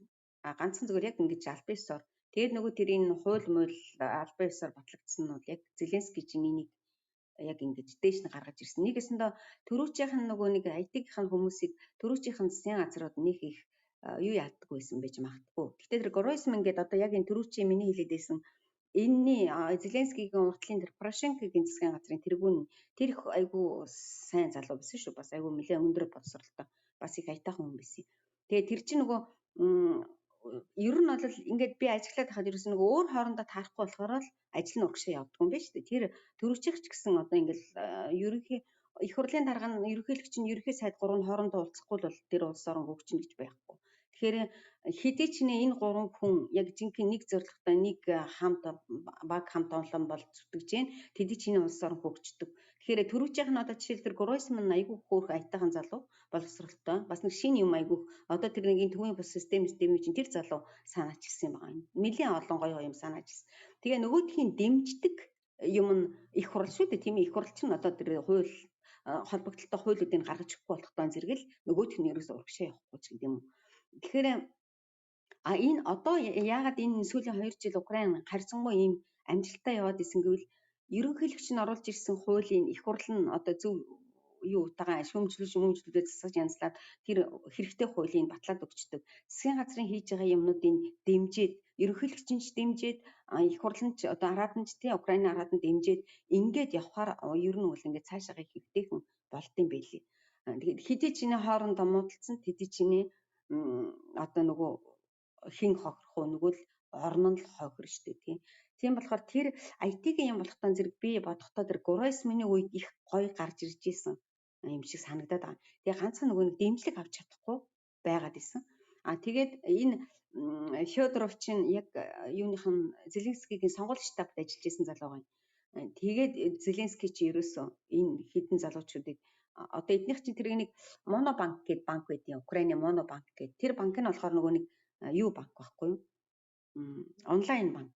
Ерөөсөө тэднийх чинь нөгөө юм байшин сав юу ч байхгүй. Ерөөсөө одоо эднийх нь сүүлийн 2 банк, тэрний дараагийнх нь банк ч гэсэн эдгээр чинь ерөөсөө байшин сав мөн гэж ерөөсөө байхгүй шүү дээ. Одоо бидний энэ мөнгө төгрөгөө гаргадаг, авдаг бүгдөө тэр мөнгөө шилжүүлдэг, мэлжүүлдэг бүх юмнууд нь тэр Монобанк. Тэр банк чи ерөөсөө ийм манайхын шиг ийм нөгөө юу мөгж байдгүй. Өндөр байшин ч гэдэг юм уу, одоо тэр дилер юу ч байхгүй. Ерөөсөө бүх юм нь энэ дээр утсан дээр. Тэгээ тэр Монобанкын үндэслэгч нэг залуу байсан. Тэр залуу тэр сонгуулийн штабд ажиллаж исэн байна. Тэднэр тэр одоо энэ юм хийж исэн залуучуудыг чинь Зеленский урьж эхний удаадаа тэр засгийн газарт оруулж ирж одоо яг энэ юг бүх засгийн газрынхаа үйлчлэгийг оюун дээр тавих. Жинхэнэ бол үндэслэгч нь наад Федоров тэгээд бос тэр залуучуудыг нэмж авч оруулж хийсэн юм байна. Тэгээд тэд нар нь өөрийнхөө нэг хийх ёстой юмнуудыг хийгээл өөрсдөө гараа явуулсан. Тэр бизнес хүмүүс байсан. Тэд нар гараад гараа явуулсан. Тэгэхээр эднийх чинь бол ерөөсөө одоо Эстоноос туршлага авсан мөртлөө Эстоноос баг нөгөө юу орчин үеийн бүр илүү болоо авчиж байгаа эднийх чинь. Тэгээ одоо эднийх чинь нөгөө нэг крипто валютаар хүртэл юу яадаг штэ. Дэлгүүр мэлгүүр аптек та үйлчлэг авдаг штэ. Мөнгөө крипто валютаар шилжүүлнэ. Доллараар шилжүүлэхэ болцсон шүү дээ. Ихэнх нь ерөөсөө койноор шилжүүлж чинь. Тэгээд бүх аптек одоо ингээл нөгөө нэг том интернет дэлгүүрүүд чинь дандаа крипто валютаар юу яаж төлбөр хийж болно. Тэр мэрэгвэр бол эднийх чинь айгүй гоё явцсан байсан. Тэгэл одоо дахиад нөгөө байсан гэж ярих гээд байгаа байхгүй. Одоо ингээд дайны энэ үеэр хэцүү байна. Дайны дараа юу болохыг мэдэхгүй. Мэдээж тэр хаягдана гэж бол байхгүй л дээ. Тэгэхээр тэр бол их гоё систем байна.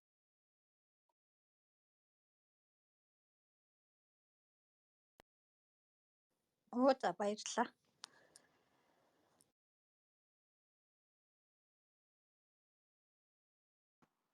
Сайн байцгаана. Туула би чамаас нэг юм асуудаг. Энэ Европын холбоо G7 энэ юунууд саяын 7 хоногт хуралдаад энэ Украинд одоо 21-р зууны Маршалл план гэдгийг явуулнаа. Одоо урд нь байгаагүй тийм орчин үеийн улс болгоно гэд 400 гаруй том компани захирлуудтай яасан тийм хурал хийлээ л дээ. Тэгээд одоо мөнгө төгрөг бүх юм яагаад Украиныг сэргэн босгохыг дайн дуусаг байхад эхэлнэ гэж ярьж байна.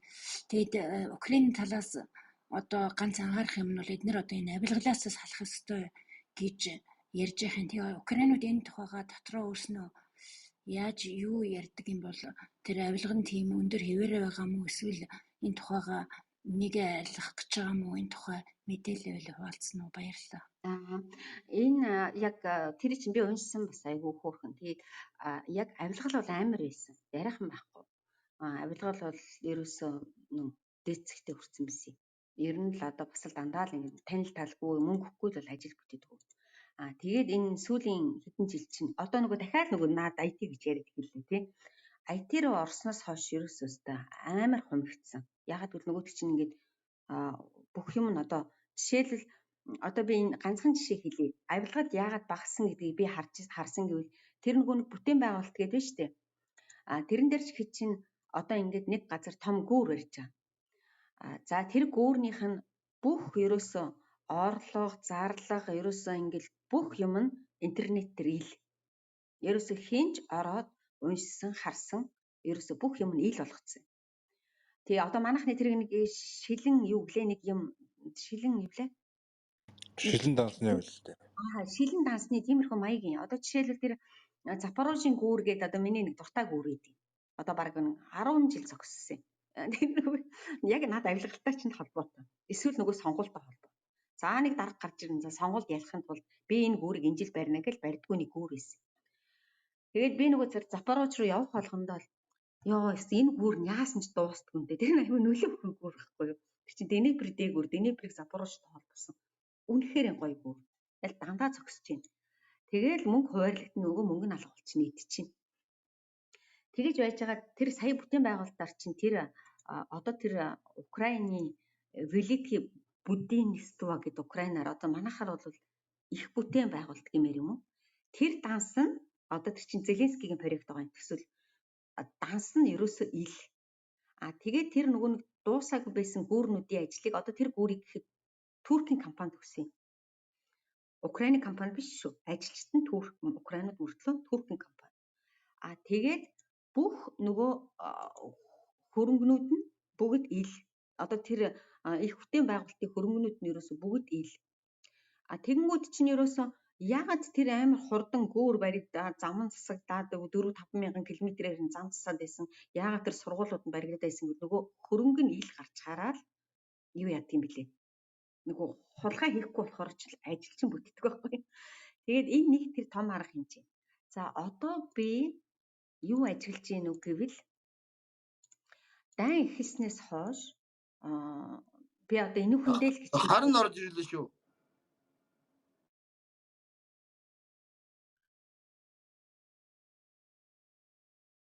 юу гэсэн үг лээ? Энэ хүмүүсийн байл. Энэ дөр сохтуу ороод ирлээ за. Зүгээр. Тэгээд нөгөө нэг дан ихэлснээс хойш одоо яг ингээд энд ярахад миний бодлоор одоо том схемнүүд тэгээ одоо нөгөө мөнгө угаадаг схем ч юм эсвэл нөгөө амар авилгал авдаг схемнүүд амар их задарч байна. Одоо би зөвхөн өөрийнхөө толгоогоор бодохдоо нэгдүгürt хүмүүс маш их хэмжээг гараа авсан байгаа тийм үү? Хоёрдугаарт нөгөө интернет чинь нөгөө космосоос тавигдсан байгаа. Тэгээ эдгээр чинь нөгөө дайнтай холбоотой нөгөө бүх утасны яриа мараа ч юм бол одоо ерөөсөн 100% хяналтанд байгаа шүү дээ юунд Украинд. Энэтэй холбоотой сая гэхтэл ерөөсөн хоёр ерөөсөн хизээч илэрч байгаагүй том наркотик үйлдвэрлэдэг лаборатори баригдаж байгаа. Бүр аимшигтай том. Тэгээд айгүй олон ийм сүлжээ нөгөө нэг мөнгө угаадаг хүмүүсийн сүлжээ баригдаж байгаа. Одоо тэр Украинд ч юм бол ерөөс аимшигтай цэвэрлэгээ явагдаж байгаа. Ягаад гэвэл тэд чинь нөгөө нэг төрөнд нь ерөөс огт мэдэгдэхгүйс одоо нөгөө ингээд прозрачна гэдэг чинь тэ ил болчихж байгаа байхгүй юу? Хүн харьцангуй хүн цэвэрсэн нэгдүгээр, хоёрдугаар бүх юмнууд ингээд хяналтанд ороод ирчингүүд бүх хил хаалттай. Ийм болонгод тэд нар чинь ингээд юу яагаад ороод ирд юм бэ? Төрүүчийн хэрэгнүүд нь хүртэл цөхөгдөд гараад ирд юм бэ. Тэгээд энэ нөгөө нэг урагч нарыг бариад ирэхээр чинь тэдний чинь мэдээлэлнээс маш их юм олж гарч ирд юм бэ. Тэгэхээр бол одоо дайнаас гадна дотоодын тэр авилгалтай болоод ерөөсөн амар тэмцэж байгаа. Яг үнэнгээ хэлэх юм бол ерөөсө өдөр болгон ямар нэгэн схем илчлэгдэж байгаа. Тэгэхээр би бодохдоо Зеленский одоо ерөөсө нэгтэл өнгөрсөн. Одоо ерөөсөө л энээсээ ч далимдуулаад цэвэрлж авъя. Тэгээд энэ тэр одоо наад нөгөө сэргийн босгох юунд нь орж авъя гэж бодсон бах гэж бодож байна. Одоо эднэр бол алдах юмгүй болчихж байгаа юм. Ерөөсөө хийх гэсэн юм а зөрөгтэй л хийхгүй бол одоо юу алдах вэ тийм ээ? Тийм болохоор ерөөсөн бүх юмнуудаа дотроосоо ч цэвэрлэгээ явагдаж байна. Ерөөсөн юунууд нь одоо юу гэдэг нь бүхэл нөгөө идэ бээрнүүд нь одоо л гарч ирж байна гэж бодож байгаа. Тэгэхээр нөгөө нэг дайнд баярлалаа гэж хэлж болохгүй. Амар олон хүн амиа өргөцсөн. Гэхдээ нөгөө талаар эднийд энэ нөгөө идэ бээрээ шахах маш их том боломж шанс гараад ирсэн гэж би харж байгаа. Тэгвэл баярлалаа. Нөгөө нэг Зеленскигийн гой команд гэхээс гадна нөгөө 9 сар үлээ 8 сарын сүүлээр үлээ мань хүн чинь нэг өөрийнхөө багын найз нь тэр одоо өөрийнх нь хувийн хамгаалагч байлуу тагнуулынхан дарга байлуу тэрийг илрүүлж ажлаас нь халсан штэ.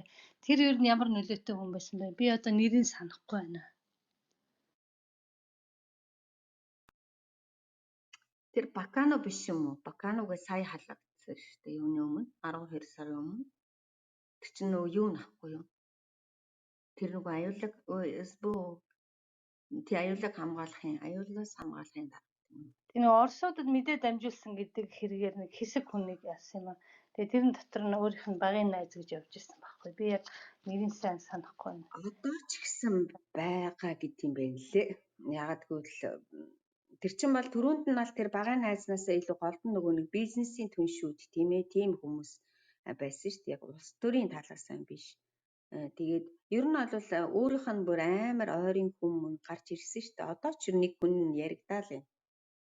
Одоо жишээлбэл тэр Орос Украин илтгэрд орж ирсэн нэг нөхрийг алсан те. биш Орос Украины эхний хэлцээр орж ирсэн гэдэг малгайтай сууж ирсэн. Тийм. Тэр чинь Нэг хэрэг бодож штэ тэр юуныхан айлс хамгаалаа. тийм. Гэхдээ энэ нөгөө нэг ингээл амар одоо би ингээл харж байгаа тэр урагч нар гэдэг хүмүүс чинь бол ерөөсөө бараг л худалчин төрөх газраас эхлээл тэр оршуулгын газар хүртэл байдаг юм бэл. Ерөөсөө хаа. Одоо ч гэсэн яригдаал байгаа нэг ойрхон хүнийг ноотоо гэл яригдаал. Гэтэ хэм мэдлээ. Зарим нь бол бас далимдуулж байгаа шүү дээ. Тийм биз дээ. Зарим нь далимдуулаад нөгөө хажууд нь айгүй ажилтай байгаа хүнийг урагч болгох гэж байгаа ч биш магадгүй. Тэр чинь бол тэр нөгөө аимшигтай балиар энэ юмнуудыг би ер нь айгүй дурггүй.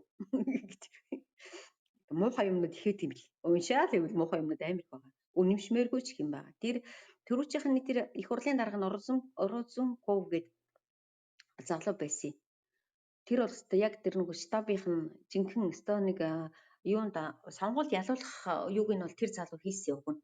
Тэр одоо нөгөө телевиз яриадагаар ярьдаг амар ухаантай айгүй мундаг залуу л да тэр бол тэгээд жинхэнэ сонгуульд ялуулахад нь ч гэсэн айгүй өндөр хувь нэмэр гүйцэтгсэн. Тэгээд араадынх нь тэр хүн болсон юм байна. Их хурлын манайхаар бол их хурлын дарга болсон.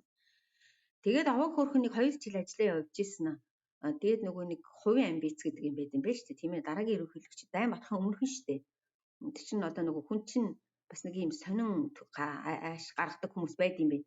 Айгүй зүгээр явж ийсэн гэг мэдхэн өөрөө нөгөө хуваараа дараагийн ерөнхийлөгчид юу яах өрсөлдөх реклама засаж эхэлсэн байхгүй юу. Тэгэхээр чинь тэр хүн чинь энэ хүний багад орж ажиллаж байгаа мөртлөө хувийнхаа юу хийн гэдэг чинь бас болохгүй гэж үзээд тэгээд тэр чинь бас яг энэ дайны өмнөхөн халтсан байна. Тэр залуу бас айгүй сайн залуу байсан шүү дээ.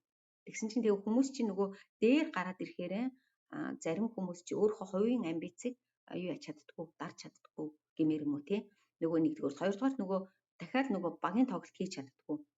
Тэгээ баг дотор чинь нэг лидер байж бас хүмүүс нь тэрийг тойрно шүү дээ тийм ээ. Тэгэхээр 2 дахь 3 дахь лидер гараад ирэхээр л нөгөө олон толгойтой могоо шиг болчихж байгаа гэсэн үг шүү дээ. Тийм болонгууд тэр залууг хаасан тэр байж магадгүй. Тэр бол нэлээд шууган болсон. Тэгээд халагдсан юм байна. Миний яриад байгаа болохоор 9 сар 8 сарын дунд тавьцаа ах нэг хэсэг хүн халсан. Тэрэнд яг үнэхээр багийнхан найз нь гэж явж исэн байхгүй. Тэгэхээр зөндөл юу байгаа л да мэдээж дотор нь тий. Тэр олон хүн дотор. Баярлалаа.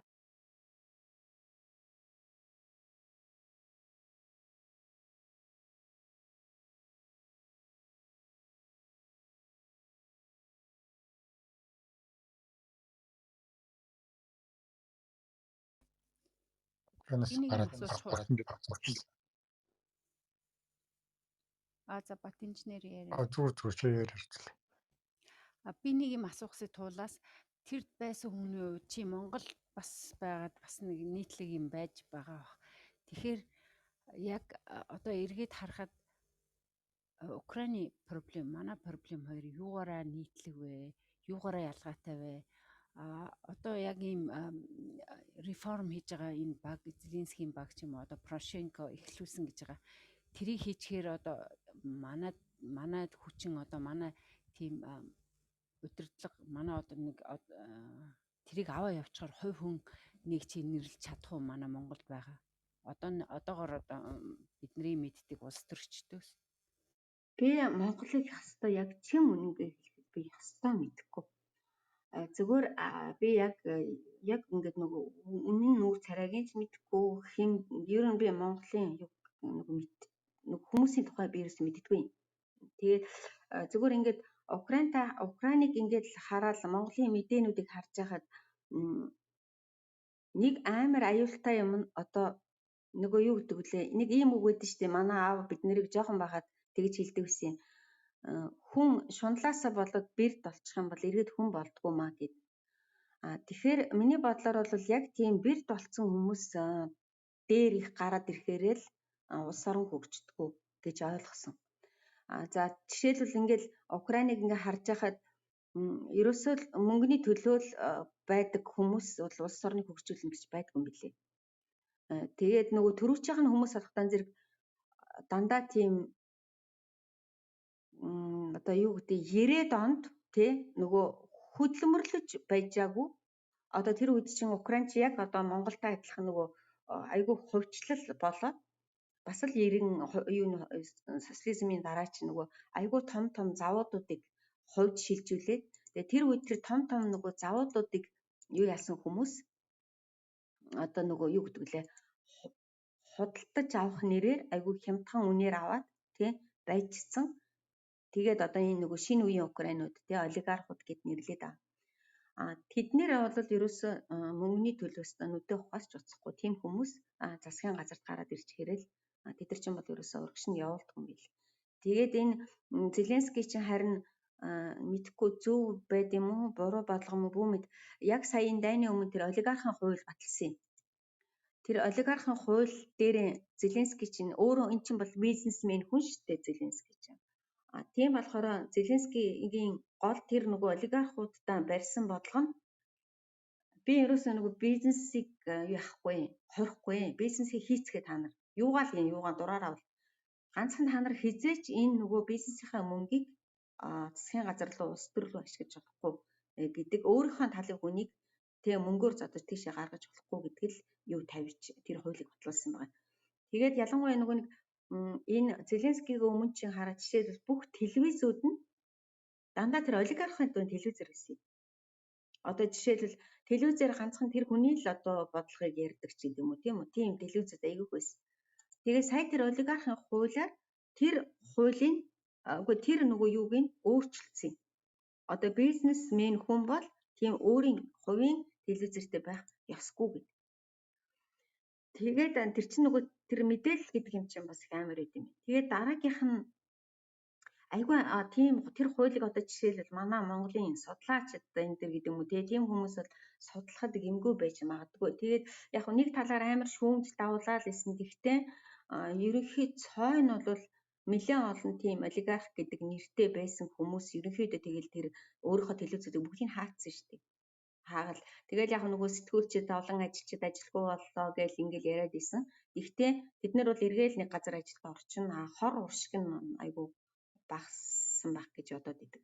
Тэгэхээр эдний манайхта ингээд би зарим талаараа ингээд би одоо энэ нөгөө нэг сплетний одоо тийм хов живэл уншиж байгаа шүү дээ. Тэрнээс би ямар дотор нь орж мэдгүй юм чинь ингээд уншаад байхад яг тэрэг нэг юу ерөөсөө нөгөө боловсрлоо тийм мэрэгжлийнхаа боловсралтай хүмүүсийг доош нь шидчихэл дээшигээ ийм мөнгөтэй хүмүүс нь гараад ирсэн. Ийм үе Украинд байсан учраас тэр авилгал тэр хөгжихгүй байсан. Тэгэл энэ дайн зогсохгүй тэр эднэр нь бол бүгд л тэрнээс шалтгаалсан болов гэж бодоод идэв. Тэгээд жишээлбэл би нэг тэгж хэлжсэн шүү дээ. Нэг энэ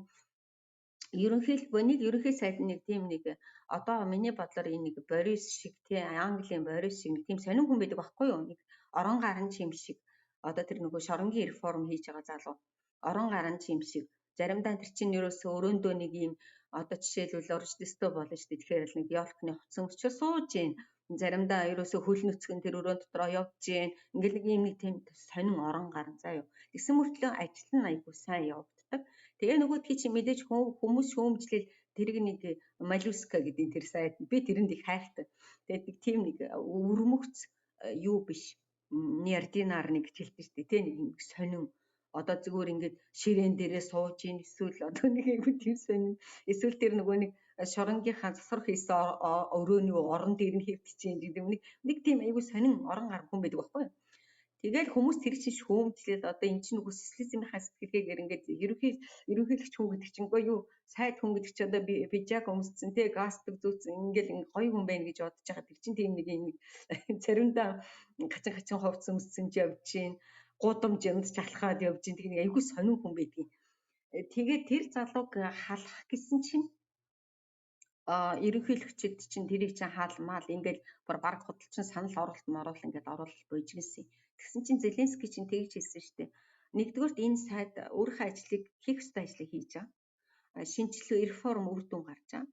Хоёрдугаарт нэр хүн чи ерөөс улсаас хулгай хийхгүй байгаа шээ. Би тэг ямар шалтгаанаар энэ хүнийг халах ёстой юм.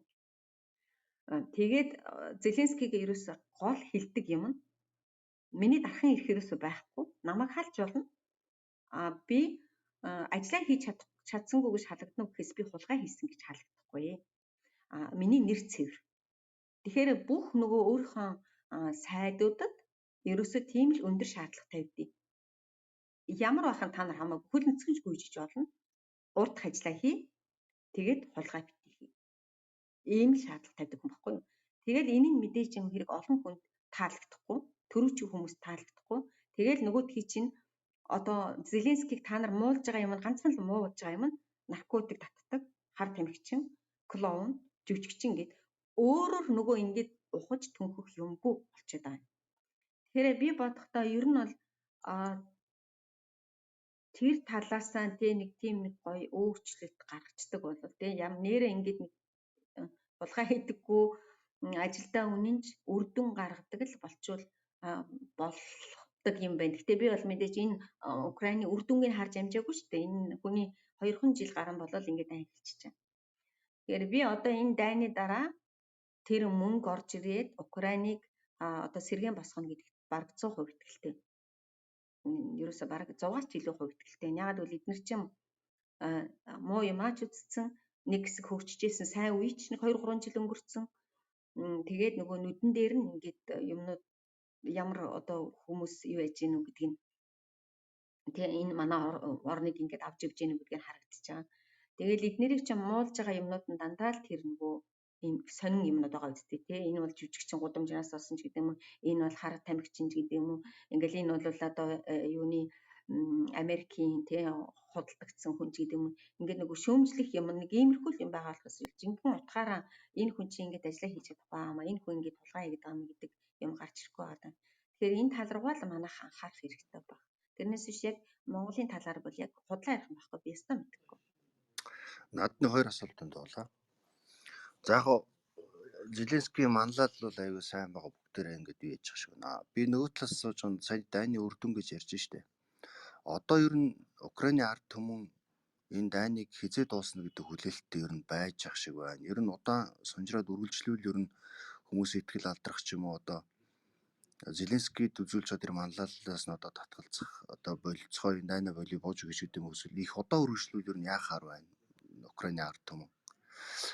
Хоёрдугаарт саяны тэр нөгөө Путин нөгөө нэг тэр дайн хийсэн шалтгаан болгож яриад байгаа Орос иргэдийг гадуурхсан гэж яриа байгаа шүү дээ. Тэр үн яг бодит байдал дээр үн яг хэр бодиттой юм болсон юм бэ? Ер нь тийм гадуурхалтууд байсан юм уу? Одоо энэ Херсоноос ингээд юу яагаад байгаа татаад байгаа иргэд мэрэгт нь яг Оросууд юм уу? Украинуудын санаа бодол ер нь ямар шохон байна? Хэдэн хувьтай Зеленскийн талд хэдэн хувь нь эргэлзээтэй хэдэн хувь нь одоо ингээд шантарсан байдалтай байна. Тэр талаар тийм мэдрэмж мэдээлэл байна уу? Сая тэр хамгийн сүүлийн статистик гарсан маа. Украинуудын 80% нь 92% нь өөрийнхөө нөгөө ФСУ тийм ээ воен одоо юу гэдэг вэ айрамдаа итгэж байгаа. 80% нь Зеленскийд итгэж байгаа гэсэн. Энэ хувь биш үү? Дайны өмнө 27% байсан шүү. Бууж эхэлжсэн.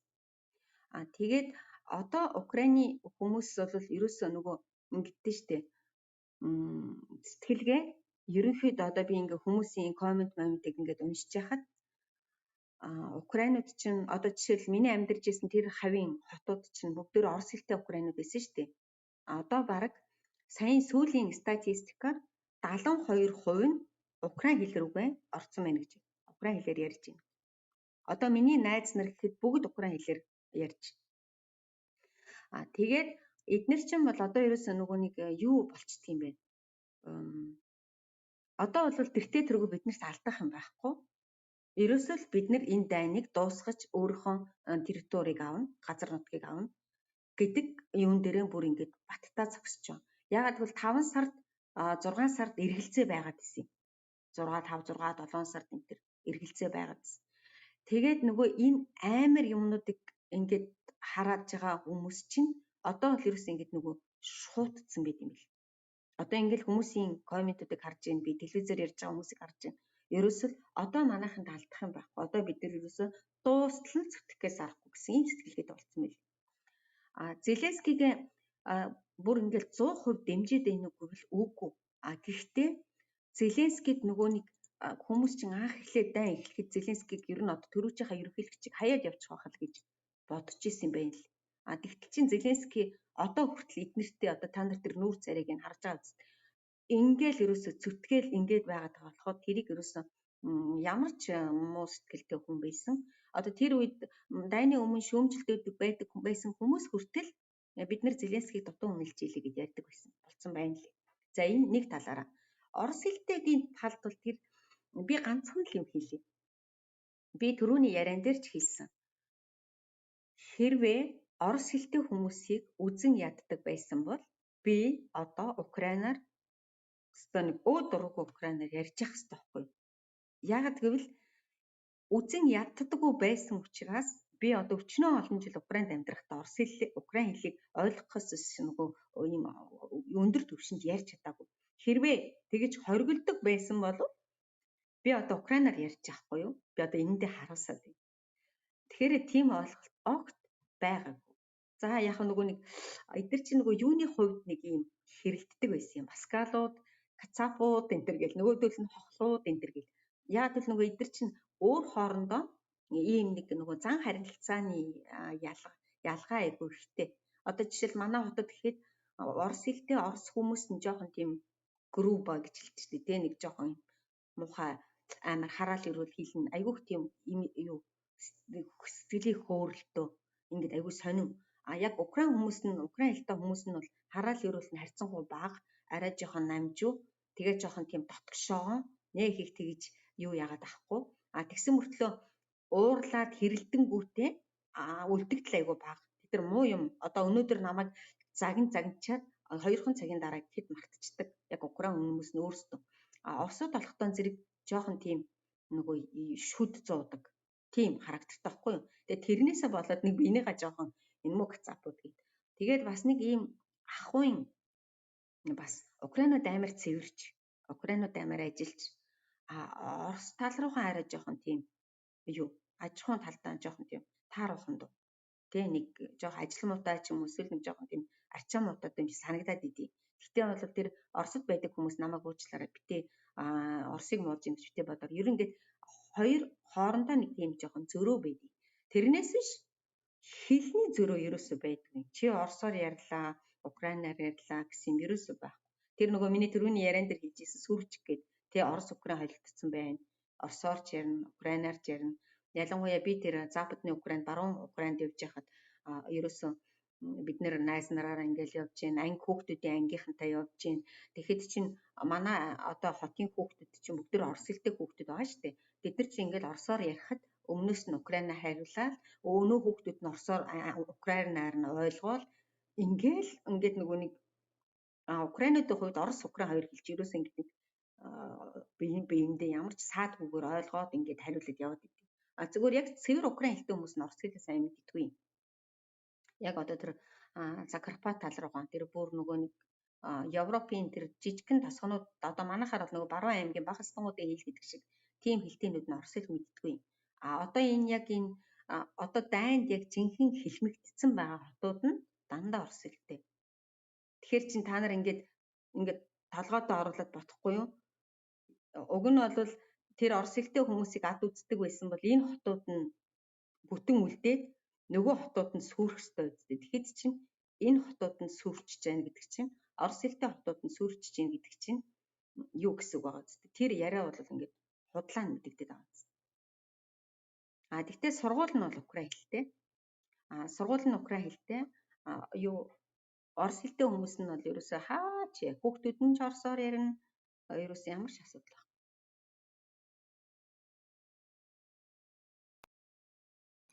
Тэгэхээр ер нь бол яг зарим одоо шинжээч гэдэг юм ер нь бараг 5-10 жил ч үргэлжлэж магадгүй болчлоо байна. Айгуу том хүйтэн дан руу эхэлт тавьчлаа гэл ингээл яриад юм. Тэгэхээр ер нь одоо Украины ард иргэд бол тэгэл дайнтайгаа дасан зохицоол тэгэл нэг талтаа л тэгэл эцсийн үзнэгэл байж байгаа л ард хүн биш үү те. Тийм эдгээр гэхдээ ингэж ярих юм байлаа. Яг нөгөө айгу остри фраз гэдэг байгаа юм. Одоо нөгөө хурц дайн нь он дуусахад хурц нь дуусаад тэгээд одоо нэг тэр бусад юмнууд нь цаашаага үргэлжилж явж байгаа 5 сар гэхэд баг сэргийн бос холт руу орж эхэлнэ гэдэг байгаа байхгүй юу? Гэхдээ эн чинь бол миний үг биш үү тийм ээ. Эдний нөгөө тэрийг дайн судалдаг хүмүүс байд юм байна шүү дээ. Одоо тэд нар чинь ингээд нэг фразаар одоо нэг үе үеэр нь судалдаг хүмүүс байд юм билээ. Тэрийг сонссон болохоос би мэдэхгүй. Тэд нар болохоор яг ингэж ярьд юм билээ. Одоо энэ 10-11 сар бол хамгийн хурц үе. Одоо ингээд хамгийн аймаар үе нь. Яагаад гэвэл нөгөө Украинч одоо 8 сараас нөгөө тавшилт явж байгаа. Тавшилт явж байгаа энэ хамгийн аймаар байдгийг гэсэн. Хамгийн их одоо аймаар өргөдөлттэй тий хамгийн эрсдэлтэй. Тэгээ энэ аймаар үе нь бол 11 сард дуусна. Тэгээд дараа нь 11 сараас хойш цаашаа нөгөө чөлөөлөх юмнууд явсаар аваад 5 сар гэхэд гээд байгаа юм. Яагаад ч 5 сарын бүү мэд. 5 сар гэхэд ерөнхийдөө ингээд нөгөө зогсонгүй байдалд ороод харин Украин бүр нөгөө цэвэрлэгээнд орно гэдэг аахгүй юу? Одоо минийг сармшруулах гэсэн нөгөө бас зарим нөгөө хотууд жижиг юмнуудыг шөлөөлөх ингээд тэгээд цаашаа сэргэн босголтод орно гэдэг. Эднэр бол эднэрийн өөрсдийнх нь яриа. Эсвэл тэгэж хөөх юм нь юу яаж байгаа ч гэж магадгүй тийм ээ. Нөгөө гордж байгаа ч гэж магадгүй. Цаашаа яаж ирэх гэхийг бол бид нар мэдэхгүй. Ягаад гэвэл нөгөө энэ хин тэгсэн шүү дээ. Путингийн толгойд юу бодогдож байгааг энэ дэлхийн хинч мэдэхгүй гэж. Тэгэхээр тэр хүний толгойд юу байгааг хинч мэдэхгүй учраас дайн цаашаа яахыг бид нар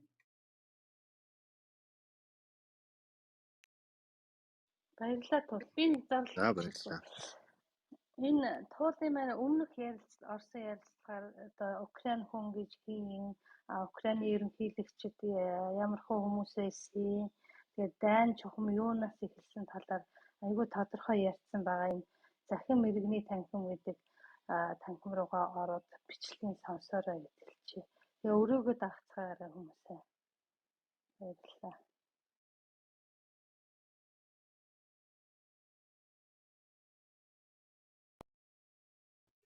За ер нь болох уу баймар ятарч.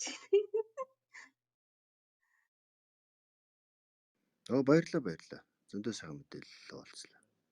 За тэгээд та нар юу ягаараа энэ миний ярьж байгаа юмнуудыг би ерөөсөө цэвэр одоо миний л юу гэдгийг дахин би та нарт хэлээ. Дахин энэ бол миний л бодол, миний л харсан өнцөг, миний л уншсан юм. Тэрнээс биш нөгөө би бол ерөөсөө ямар ч тийм нөгөө улс төрийн мэрэгжилтэй хүн биш. Одоо ямар тийм эксперт ерөөсөө тийм биш. Зүгээр л нэг ийм иргэн энэ Украин улс дотор амьдардаг тэрийг ерөөсөө мартаж болохгүй. Тэгэхээр миний энэ үзэл бодлыг бусад хүмүүсийн үзэл бодол гэж битээ ойлгоорой.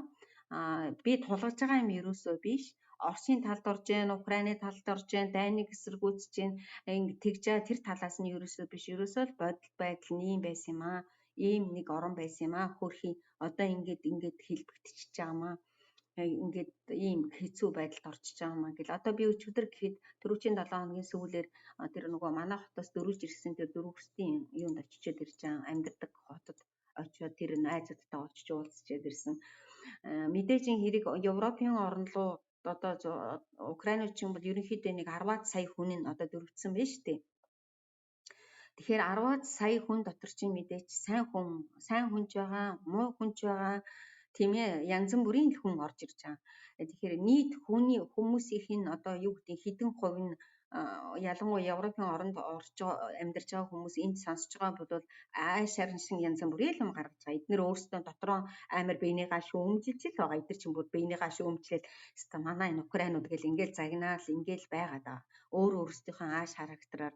Тэгэхээр ерөнхийд нь тийм ээ одоо би өчигдөр ингээл очихдол 7 манай хотоос ирсэн 7 хүн 7 гэж 3 хүүхэд 4 том хүн ингээд нэг жижигхэн умгоор өрөөнд амьдарч байгаа. Тэд нэр тэгээ зарим нь бол ажил эрхлэх ямарч боломжгүй, зарим нь бол ажилд орсон байна. Өөрсдөө болгоо яваад байна, ажил хийгээд. Тэгэл ерөөсөө нөгөө гадуураас тий ер нь бол ингээд ерөөсөө ингээд Украинуудыг энэ аста даварцсан энд ирээл тий юу одоо Украин би Европод байгаа хүмүүс, Монгол хүмүүсээс тийм их сонсоод байгаа хгүй юу? Амар даварцсан тий ажил голж яан л гин өмсөө хөхөр ахгүй байна л гин ингээл тэгэхээр энд нэг юмыг би хүний талаас их ойлгосоо гэж боддог.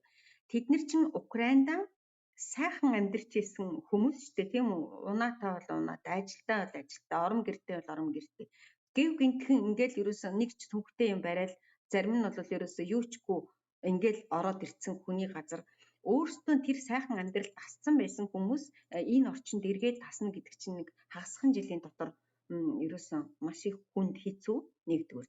Хоёрдугаар тэр одоо тэр нэг Монголын нэг сэтгүүлч яриад илээ те том машинтай энэ төр гэл үгүй том машинтай амьдарч исэн хүмүүс ч одоо машин авч л орж ирнэ үсттэй. Машин ямар би том машинтай дөрөвч учраас энийг хаяа гэхгүй нэгдүгээр. Хоёрдугаар тэр хил нэгдэхэд ерөөсөн явганаараа машинаараа ерөөсө бүх юмараа гарч ирсэн шүү дээ Европ руу. Тэгэхээр чин нөхрүүд нь бол ерөөсөө л их нэртэй өөрийнхөө байгаа бүх юмнуудыг өгөөд л явуулсан ба. Тэнд эмзэглээд тийм ээ эднэрийг ингээд одоо нөгөө зовлонтой байгаа үед нь ингээд байхын хэрэг болоод байхгүй. Мэдээж таны хувь хүнд Украин хүн муухай зан гаргасан хэрэлт нь муудалцсан л байж. Ерөнхийд нь ингээд аваад үзэхэд. За тэгээ өчигдрийн би хүмүүсийг ингээд очиод би нэг 2 хончод ирчихсэн. Тэгэхэд чинь тэд нар чинь ингээд айгүй өрөвдөлтөө ерөөсөө ингээд нэг гадаа тэр нэг хувцсгүй ирцгээсэн. Яагаад гэвэл тэд нар чинь 100 хүрээд ирсэн. Бүгдөө 100-ны хувцастай. Одоо ингээд өвөл болчихжээ. Ингээ хувцас аахгүй. Тэгэл одоо нөгөө тэр болгон юу second ороод хувцас аавна гэтэл тэр чинь бас мөнгө. Тэгээд нэг тийм нэг дэлгүүр байна. Нэг үнгүй хувцас өгдөг. Тэр юунадаас ороод хувцснууд авчдаг юм байна. Тэгэл ерөөсө бүх одоо нөгөө мөнгө нь юу гэдэг те нөгөө ерөөсө амар эконом амар хэмнэлттэй. Ерөөсө нэг слотыг нэг слот л гэж юу яаж. Тэгээд ихэнх нь одоо манай хотынхын чинь гэдэг нөө байшин нурцсан хүмүүс байгаад байна. Одоо тийм ихэд нэг охин байшин нурцсан ерөөс юу ч байхгүй. Тэгсэн мөртлөө өөрөө зайлт Польшид хүүхдтэйгээ нөхөр нь тэнд Украинд.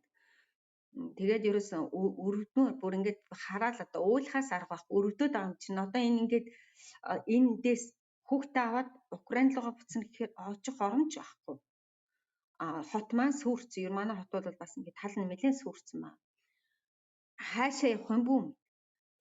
Тэгсэн мөртлөө энэ Польшид нөгөө хилгүй учраас ажил олж чадахгүй байгаа юм байна. Хил муутай учраас ажил олж чадахгүй.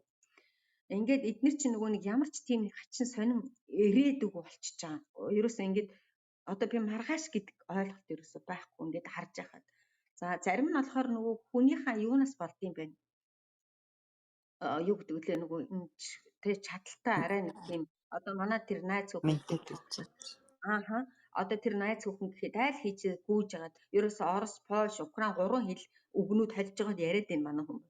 Ерөөсө тэр тэгж жагаад гүйж явж агаад ажил болоод хийцэн байна. Ямар ч гэсэн нэг цэцэрлэгт нэг угаагч болоод хийцэн байна. Ингээд өөр ийм нөгөө зарим хүмүүс нь тийм зовлон нэг туулж чадах чадвартай байд юм байна. Зарим хүмүүс нь туулж чадах чадваргүй байд юм байна. Одоо нэг охин гэхэд тэнд бас нэг охин байгаа. Ингээд тэнд 4 эмэгтэй хүн байхад 4 өөр нэг охин гэхэд Украинд айгүй нөгөө одоо юу дураараа амьдарч байсан гэдэг юм уу тийм ээ. Нөхөр нь айгүй сайн цалинтай байсан. Тэр бол авах гэсэн юм авчдаг, идэх гэсэн юм идчихдэг, хэрэглэх гэсэн юм хэрэглэждэг.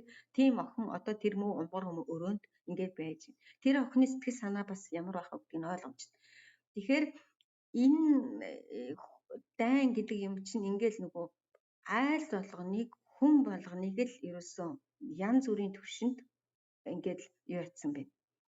Ингээд юу гэдээ хамарцсан байна. Одоо нэг охин гэхэд тэр нэг хүүхэн нь юунд манай тэр хотод хумс цэцдэг хүүхэн байсан ажиллаж исэн. Тэгээд нөгөөх нь юуг нь нөгөө ажилгүй болчихж байгаа гэсэн үг шүү дээ. Тэгээд одоо нэг тэр Польшид нэг ганц хоёр хүний хумс гурав засаад нэг жоохон мөнгө төгрөг олоод байгаа байна лээ. Гэх мэтчлэн ингээд. Тэгэхээр яг хөө тэр хүмүүсийг те нэг ойлгох талаас нь тийм ээ тэр хүмүүс нэг ийм болчиход байгаа юм байна. Эдгээр чинь бол хизээч ийм юм болно гэж бодоогүй. Нэг л өдөр ганцхан 2 сарын 24-нд л амьдралын ингээд оронгоор нь эргүүлээд хайчдсан байна. Тэгэхээр зарим талаараа ойлголттой хандаасаа л гэж би ойлъё. Тулаа яа нуучлаараа би нэг юм асуучих уу? Чи ярьсан ч гэж магадгүй би тэрийг сонсоог. Би ингээд дайн ихэлсэн өдөр одоо нэг төрөмгийлэгч ингээд дайн ихлүүлэнгүүт би боддог байхгүй юу?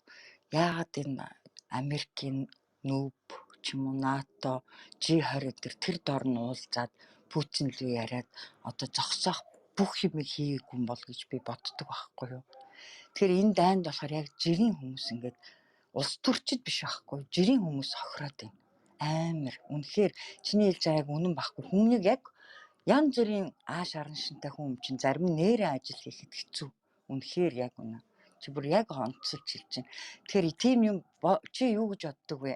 тэгж болох байсан болов ингэж нөө зэвсгээр одоо ингэж мөнгө төгрөг өгч зэвсэг өгч ингээд дайн нэг талбар болохын оронд ямар нэгэн аргаар уулзаад зогсоогоод Путинтэй яриад ингээд нэг ийм энэ хоёрыг хилцээр доруулаад ийм юм хийж болоогүй юм болов яадаг юм бол чи юу гэж боддог вэ?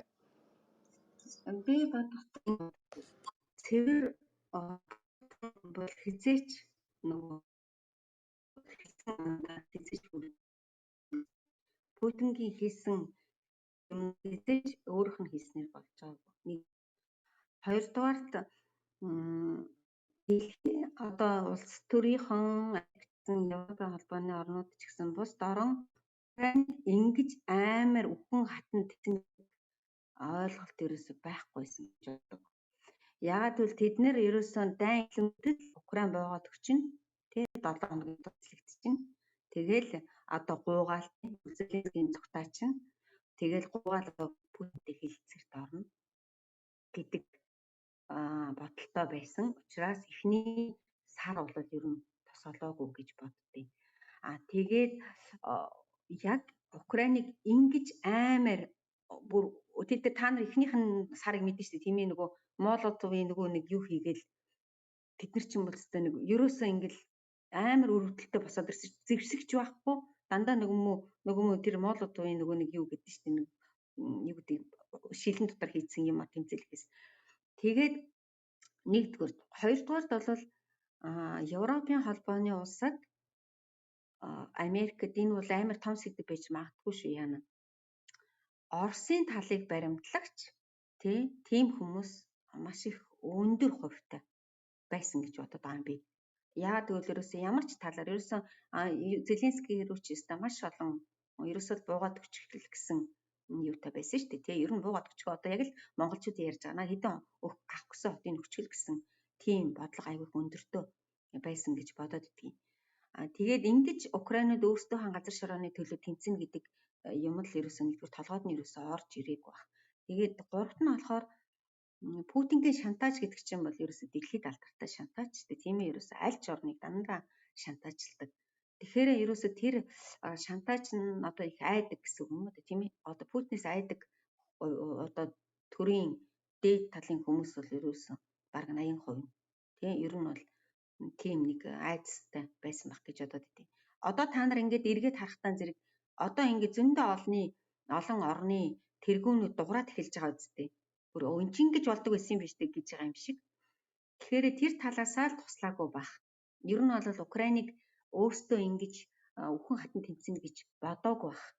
Нэг 7 хоногийн дотор та нар мэдэн шүү дээ тэр нөгөө ихний Киев рүү орж ирсэн цэргүүд чинь 2 сарын 23-нд цэргийнхаа баярыг тэмдэглээд согтуу бүх парадныхаа хувцсыг өмссөн юу чемодантай хийцэн орж ирсэн гэж бодохгүй юу. Тэгэхээр чин Киевийг 7 хоногийн дотор эзлэн тэгээд парад хийн гэж бодолтой орж ирсэн. Тийм бусад орнууд том гүрнүүд болохтан зэрэг Украиныг яг тэр нөгөө 7 хоногийн дотор буугаад өгчнө гэсэн бодолтой эсвэл Путинтэй хилцээрийн ширээнд суун гэсэн бодолтой байсан байж магадгүй. Тэгтэл чи Украинуудыг ерөөсөө дутуу өмнөсөн гэмээр юм. Дутуу өмнөсөн баг. Тэгээд тэд нэр нэлээх удаан хүлээсэн баг гэж бодод байна. Тэгээд маш олон төрийн тэргүүнүүдийн анхны 2 сард барьж исэн үзэл баримтал өөрчлөгдсөн шүү дээ. Одоо наа тэр нөгөө Германы ерөнхийлөгч Штайнмайер гэдэг хүн чинь одоо өчигдөр Украинд ирж байгаа анх удаа. Тэр хүн чинь бол яг тэр гэрээ хилцээрээр ингээл ерөөсөө бараг л Оросын талд эвтэйхэн шиг тэгэл одоо аргалцгаах бодолтой хүн байсан. Өчигдөр өөрөө шууд одоо дайны талбарт ирж шít. Тэгэхээр би маш олон одоо Францын ерөнхийлөгч байна, Шольц байна. Эдгээр чинь бол анхандаа ерөөсөө нөгөө дахиад нөгөө 3 дахь орны тий нөгөө 3 дахь сортын орны бодлого барьж исэн гэж бодоод идэг. Ерөөсөө л эдгээр Украин бол 3 дахь сортны эдгээр бол зэвсэгч байхгүй юу ч байхгүй юм чинь буугаад өгчнө гэдэг л бодолтой байсан баг. Тэгээд маш олон орнууд зөвлөлтийн Оросын нөгөө армийг одоо нөгөө парад хийж байгаа шиг тийм хүчтэй арим гэж бодсон байж магадгүй гэж бодод байгаа юм би. Энэ бол миний бодол шүү. Өөр хүний бодол биш. Яагад гэвэл нөгөө толгойд нь тийм ээ Оросын арим ерөөсөө Украин бол зэвсэгчгүй юучгүй эднэр ерөөсөн бараг л 10 хоногийн дотор дийлэхээр тийм том хүчтэй айрам гэж бодсон чинь яг цаг дээрээ тулсан чинь яг тийм биш шүү дээ. Тийм байгаа ч зэргүүд нь ч бэлэн биш. Одоо нэг хідэн ийм нэг юутай л байж дээ. Өдөр шөнөгүй нэг харавдаг бөөжин. Тэгэл яг ингээл тэр амар бичлэгнүүдийг үзэх юм бол Орос өөрөө ийм 7-8 сарын дайнд бэлэн биш байсан. Тэгэхээр би бодохдоо тэр ихний сард бол ерөөсөө л Украинд итгээгүй баг. Итгээгүй учраас энэ дайныг дуусгах гэж бодоагүй. Энэ уг аяанда өөрөө ингээл дуусчих واخ гэж бодсон биш болох юм. Миний бодол бол юм. Зөвхөн тэр улс төрийн шинжээчид юм эсвэл дайны шинжээчид тийм хүмүүс яах байсан мэдэхгүй. Энэ бол ерөөсөө нөгөө хяналтаас гарсан гэж боддог. Украины ард түмэн нэг ийм гэдгийг ерөөсөө хинч мэдээгүй. Ингэж өгтлээ тэмцэн ч гэж бодоогүй гэж магадгүй.